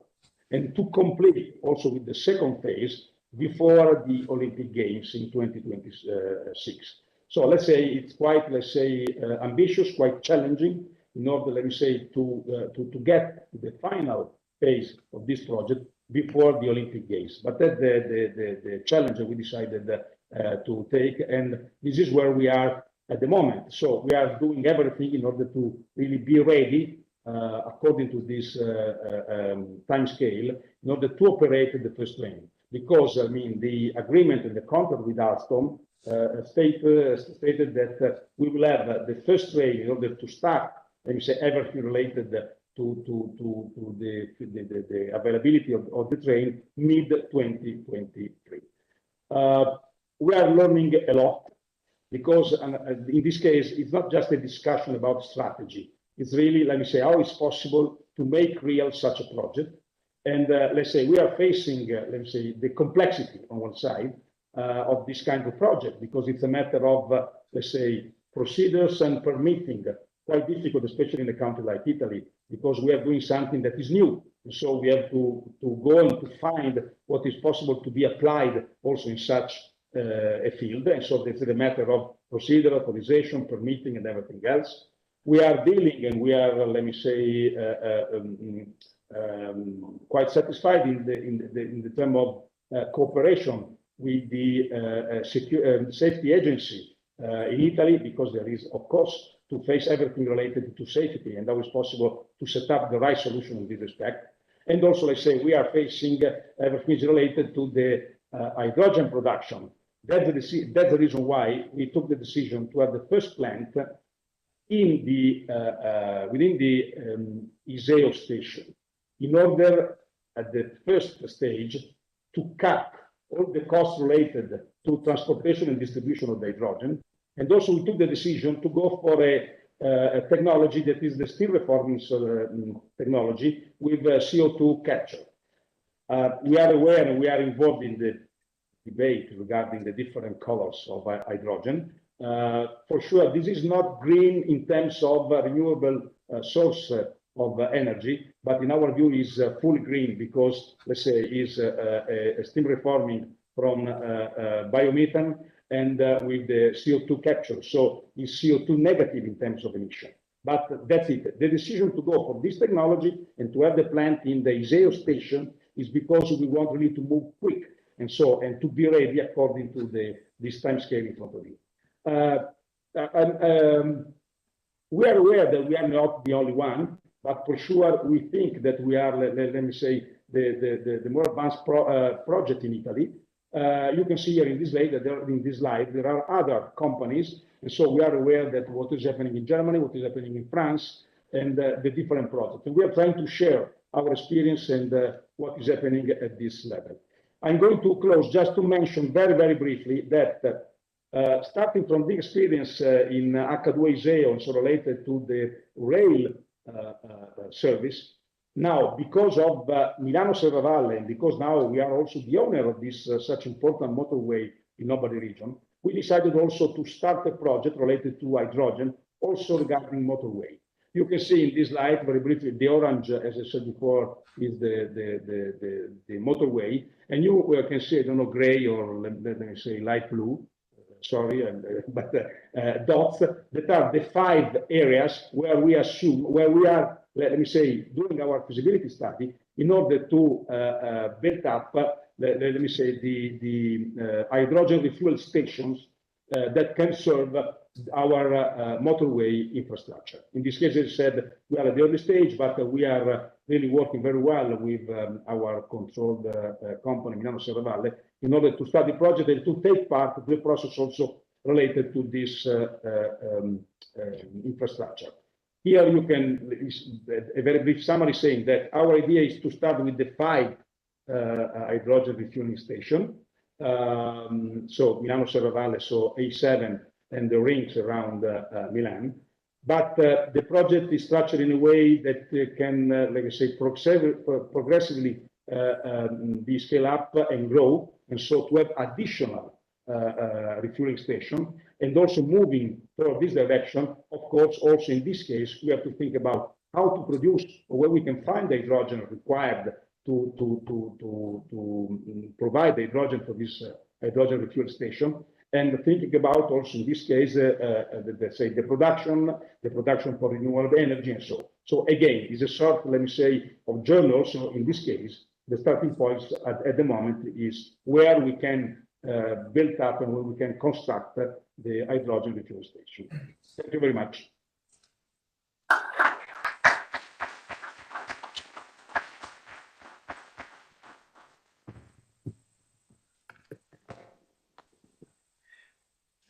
Many thanks, Dr. Puri, for the presentation. It's really nice to see that from the experience on trains, new projects are also approaching the field of road transport for buses and heavy transport in the motorways.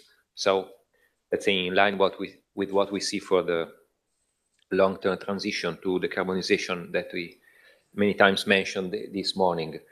Okay, so now, thank you again. It's time for the next speaker. We should have Mr. Repetto from connected from Dubai, talking about the opportunities of developing hydrogen projects in Chile. I hope, Mr. Repetto, can you hear us? I can hear you very well. Can you hear us? Okay, well, in this case, your volume is a bit low. So I don't know if you can go a bit closer to your microphone. It's not easy to balance so many. Is it better? Now it's better? Okay, now I think it's better. Okay, so if you should be also able to to share a presentation, and I leave up to our Regia to... Yes, they're presenting. Okay. So Okay. before starting with this video, I would like to thank you, Thank you. for this invitation. My name is Felipe Repeto. I'm a Chilean, but also an Italian. And then I'm working as a trade commissioner of Chile to the UAE in this specific moment of Expo Dubai. I held the same position in Milano for 2 years, and probably by mid-April you'll see me again in Milan. So very happy and keen to keep sharing and keep bringing opportunities from Chile to Italy and Europe. So I would like to start with a video. It's very 30 seconds video. De Al Gore? Chile, a developing country, but it has great policy. By the end of 2014, more than 400 megawatts. By the end of last year, more than 800 megawatts. So look at what they have under construction this year. Isn't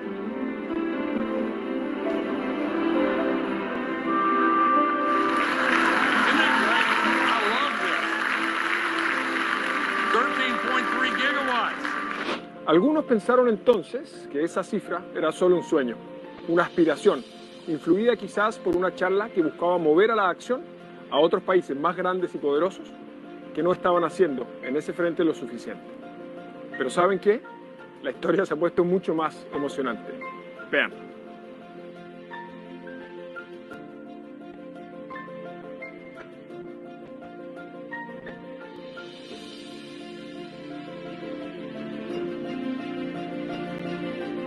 En realidad, Chile ha superado por más del doble la cifra de Al Gore. Impresionante, ¿no? Chile sigue inspirando al mundo.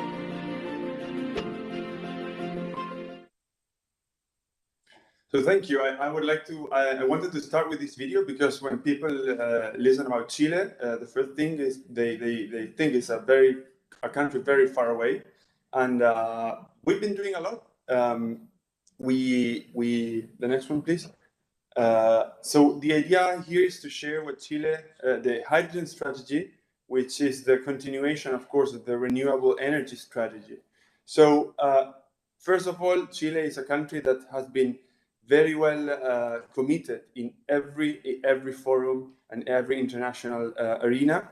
And then, of course, this can be seen with our participation in COP25, holding COP25, unfortunately in Madrid, and then participating, of course, in COP26, the next one.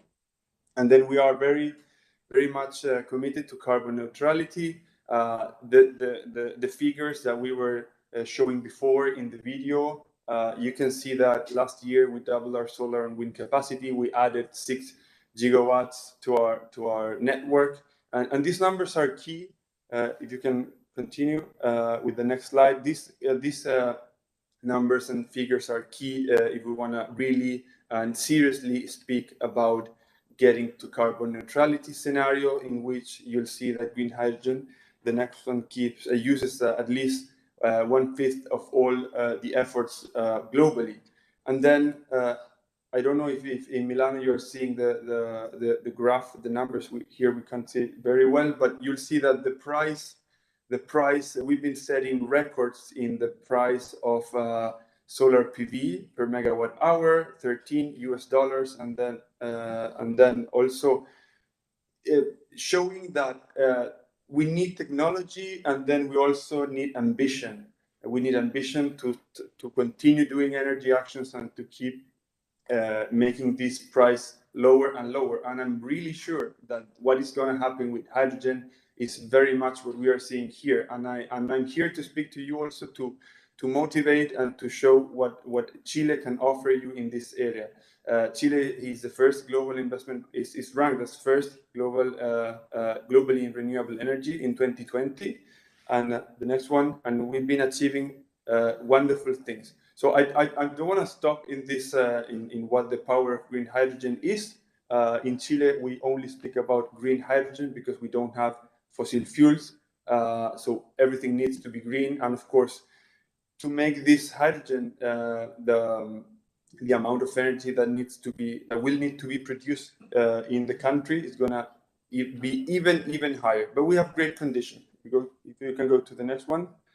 So basically, we foresee a scenario, a global scenario, in which the energy demand is gonna rise, and then in particular when it comes to green hydrogen, it will be, and as all the companies were saying, it will be part of all our lives. It will be part on transportation, in heating, in industry, and of course new uses that we don't know now. Specifically in the case of Chile, there will be a great transformation of the mining industry. Many of you may know Chile is one of the largest producers of copper in the world. Copper, of course, by the way, is a very relevant material for the electromobility transition. But we want this mining to be green, so we are looking into green mining. And I don't know if you have ever the chance to be beside a mining truck. It is trucks that have wheels of 4 meters. These are massive trucks, and they run diesel, but in reality they are electric, because they use diesel to produce electricity, and then each wheel has an individual electric engine. So then we have the ambition, and we will sure achieve this with the support, of course, international partners and collaboration, joint ventures, public and private, or private to private, to achieve this, to produce green mining. And this would be wonderful, not only for moving trucks, but also to have to produce the water, to desalinate the water that is needed in mining. So if you can move to the next one. So Jules Verne said more than 150 years ago, I believe that water will be one day be employed as a fuel, that hydrogen and oxygen, which constituted, used single or together, will furnish an inexhaustible source of heat and light, of an intensity of which coal is not capable. And for our there's good news in this regard. We have finally achieved this. We are very close, and we need to do this for us and for future generations.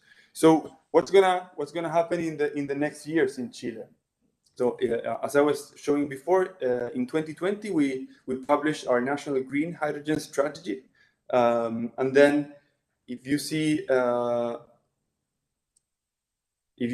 there's going to be great amount of projects being some capacity installed for 2025. Of course, it will be very much about green transforming industries that are energy intensive, and then we will be capable in the production of green hydrogen, the vector in other formats, to be ready to export. But of course,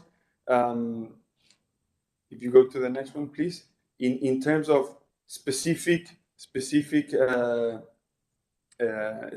actions, there's in place a strategy. We set strategy and targets, and of course I can share with you all the details after this presentation. There's regulation and permits being developed. There are coordination and alliances. There's a value chain that is being developed. There are incentives and financing. There's infrastructure. There's research and development, which has very much to do with what you're doing here.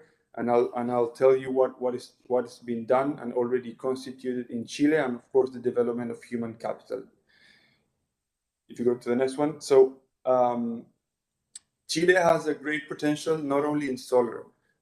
If we see Chile has been known for the last time about its unique solar radiation in the desert, in the north part of Chile. The desert in Chile is very different from the one here in the UAE. So it's not a sandy desert; it's a rocky desert. So maintenance is much more easier to do down there because you don't have the sun covering solar panels all the time. But many other technologies have been taking place, and then.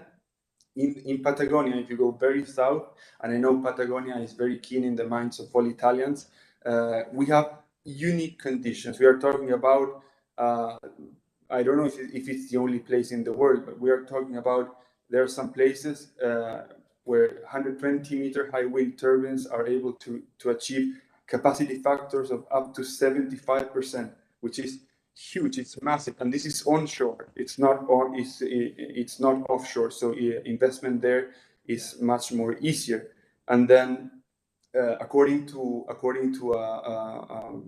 a study made by McKinsey, the prices for the renewable energy will keep dropping, and then this is valid both to solar and also to wind in the different parts of Chile. We go to the next one. And speaking about cost, this is fundamental, because according to this same study by McKinsey, comparing different parts of the world, as a levelized cost of production by 2030, and this of course does not consider conditioning, transport, storage, nor distribution costs, Chile will be the place in which the production of hydrogen will be the lowest in the world. Go to the next one. And this of course will continue dropping as technology will be developed. Chile, I don't know if everyone learned in geography that Chile is the longest country in the world. It's for our colleagues here in the UAE, we always tell them that Chile is as long as from Madrid to Dubai, one single country that is that long. So it's incredible. You cross all Europe and you get until Dubai, and there's only one country. And then if you speak about its coastline, that of course is not straight. We're talking about more than 6,000 kilometers of coastline, and a very active maritime traffic with many ships coming, landing in Chilean ports, and of course a lot of great infrastructure. The level of infrastructure in Chile is very high. Probably all of them that has been in the country know that very well. So this is key.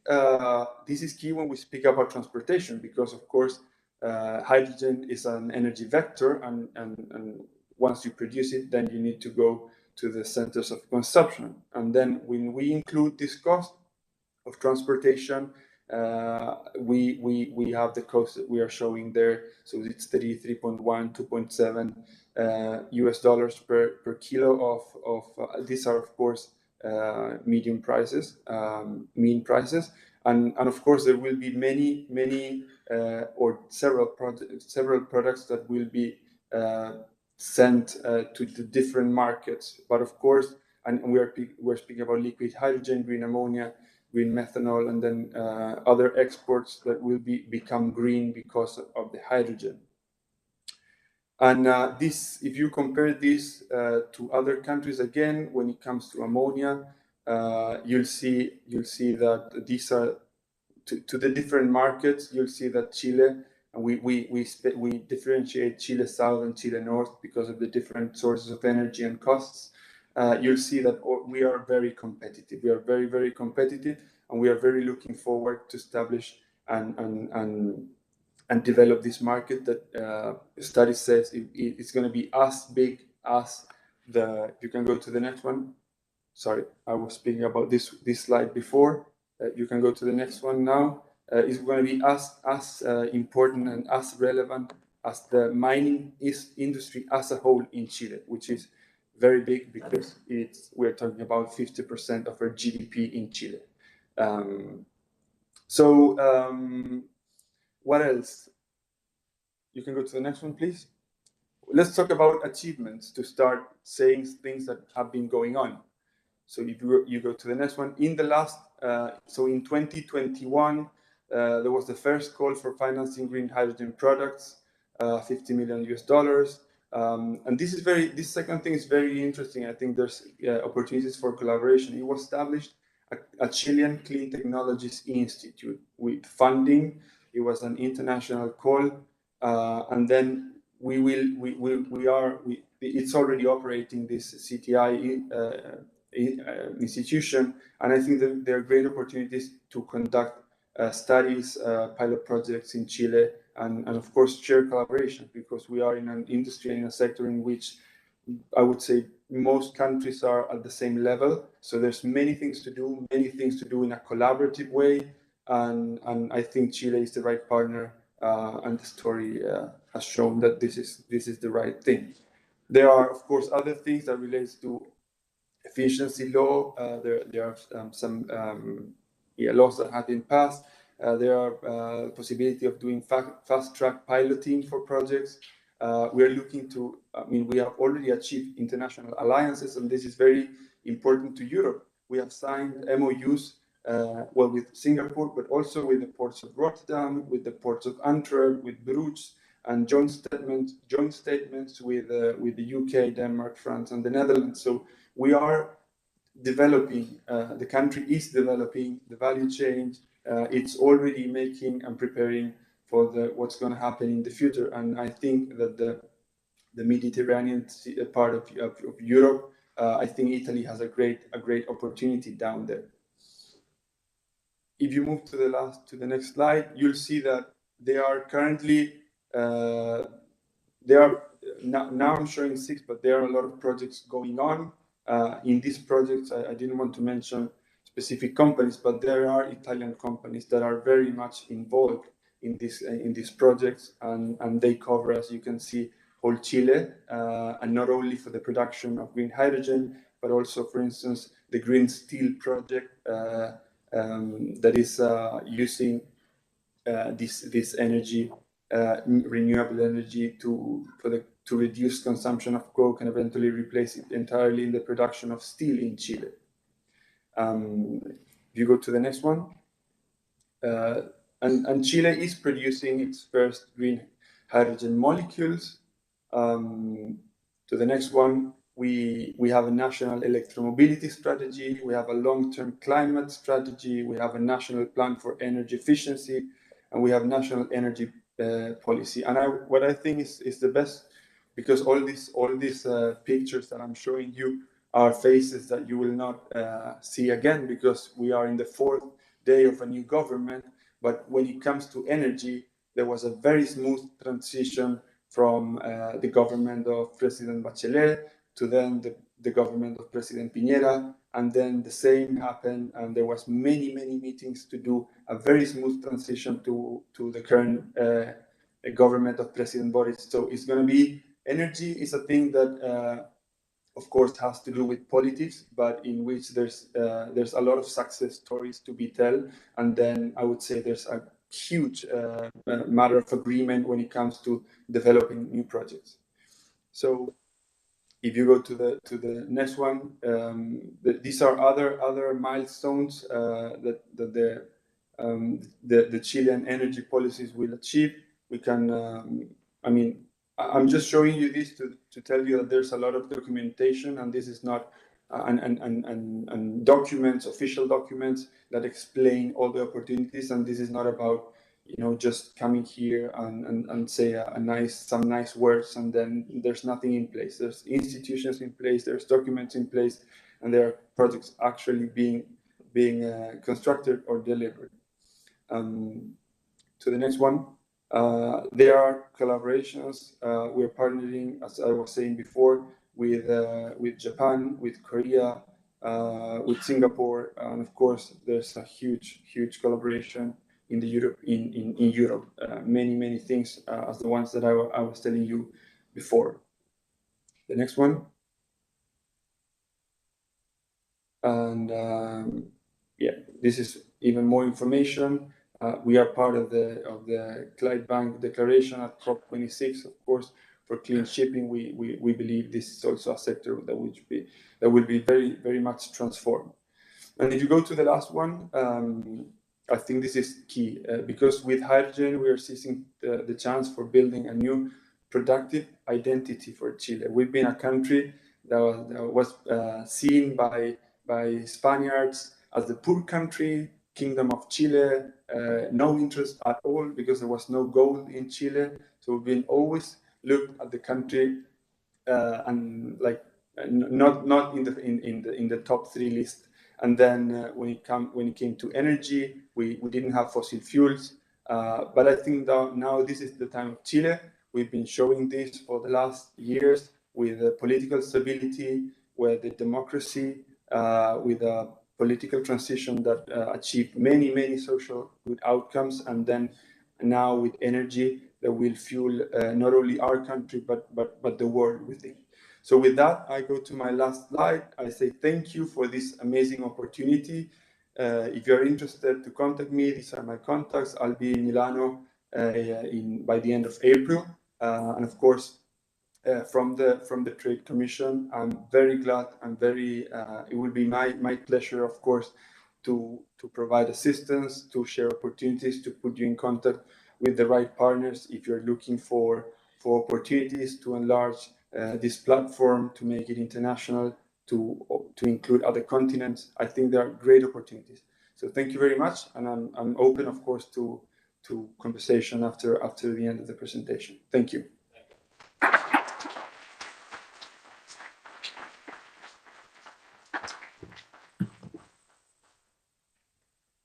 Many thanks, Mr. Repeta, for your presentation about the so many interesting new activities in Chile regarding clean energy and clean hydrogen as well. Okay, so we are approaching the last brief speech in our morning. We should have online Dr. Terzi. She is the counselor. Here. Okay, wonderful, wonderful. Yes, we hear you correctly. So the Councilor for Transport Infrastructure and Sustainable Energy and Mobility in Lombardy. So, okay, thank you. It's up to you for your speech. Thank you. Okay, thank you and good afternoon, everybody. It's a great pleasure for me to conclude this work session, which has involved the most important partners in very ambitious and challenging project. And also to conclude 3 days devoted to sustainable mobility. So first of all, I would like to stress that the Lombardy region is the first region to embrace hydrogen, together with countries such as Germany, France, and Austria. H2ISEO is an innovative project supported by the Lombardy region from the outset, for which to date 85 million euro have been allocated for the implementation of the service. But as Marco Piuri said, H2ISEO is not only a project for sustainable mobility, but also an driver for the economy of the Valbach Camonica areas. Developing an hydrogen line means giving an economic and innovative boost to an industrial district that must reinvent itself and support this energy conversion. How? For example, creating new facilities for the production and distribution of alternative fuel. Looking ahead, in addition to the railway line, there may be a possibility to extend the hydrogen solution to local public transport with around 40 vehicles operated by FNM Autoservizi. Moreover, to encourage the use of alternative mobility in areas that are far from the city center, we introduced some time ago an electric car sharing service for the public administration and citizens. And for this, thanks to FNM and in particular to EVI Group. During working hours, the cars are available to the municipal administration for all operational needs, while citizens can book the same car at the remaining time and at weekends. The aim is to spread the service to small and medium-sized municipalities that are less involved in car sharing innovation. So far, about 50 municipalities in Lombardy have joined the initiative. Additionally, in the field of electric mobility, the Lombardy region recently approved a grant of over 12 million euro to help public bodies build facilities for electric vehicle recharging. The goal is to ensure that citizens can choose an electric vehicles in the knowledge that over time they will be able to benefit from wider availability of charging stations. In this regard, it is essential to ensure that the coverage of the areas is gradually extended. Our region is also developing a platform on which certified data on electric charging stations are displayed in a cartographic viewer and in a management module. This decision support tool is necessary to plan and schedule the development of sustainable mobility. For the Lombardy region, sustainable mobility means above all intermodality. In Lombardy, 92% of citizens live less than 5 kilometers from a station, which means that intermodal exchange is essential to allow citizens to move around more dynamically and reach the last mile. To improve the rail service, the Lombardy region has signed up to a purchase plan amounting to over 2 billion euros to renew the train fleet. To date, 45 new trains out of a total of 222 have entered service. All trains are replaced with comfortable ones, and this new train reduces environmental impact. For example, 30% less electricity consumption about 30% less electricity consumption. The 222 trains also include 30 diesel electric hybrids that will replace diesel. CO2 emission will fall by the equivalent to the emission nearly 9,000 cars. With regards to basis, 38 new vehicles for the local public transport service entered service in 2021. 215 million euro was allocated for around 900 new buses to put in service by 2026 and for support facilities for alternative fuel vehicles. Sorry, you can see me? Yes. You can see me? Okay, okay. Investing in new buses means less polluting emissions, more comfort for travelers, more safety, and more efficiency. Finally, the region is investing in improving cycle path. Almost 120 million has been allocated for the 3 major national cycle routes in Lombardy, namely Vento, Sole, and Garda, as well for specific measures stemming from initiative by local authorities, often with the aim of facilitating the recognition of cycle paths. In conclusion, many ambitious goals have been set. The Lombardy region strongly believes that the future goes in this direction, and as in every field, we aspire to be one of the first regions to take initial steps towards sustainable mobility that guarantees a reduction in the use of natural resources by encouraging policies of prevention, energy saving, and material recycling, as well as towards more modern and comfortable mobility that helps travelers, citizens, or tourists to reach their chosen destination, with a view to creating an increasingly connected and resilient region. So thank you very much to everyone, and let me say a special thanks to Fondazione Politecnico Milano and Politecnico Milano. Thank you.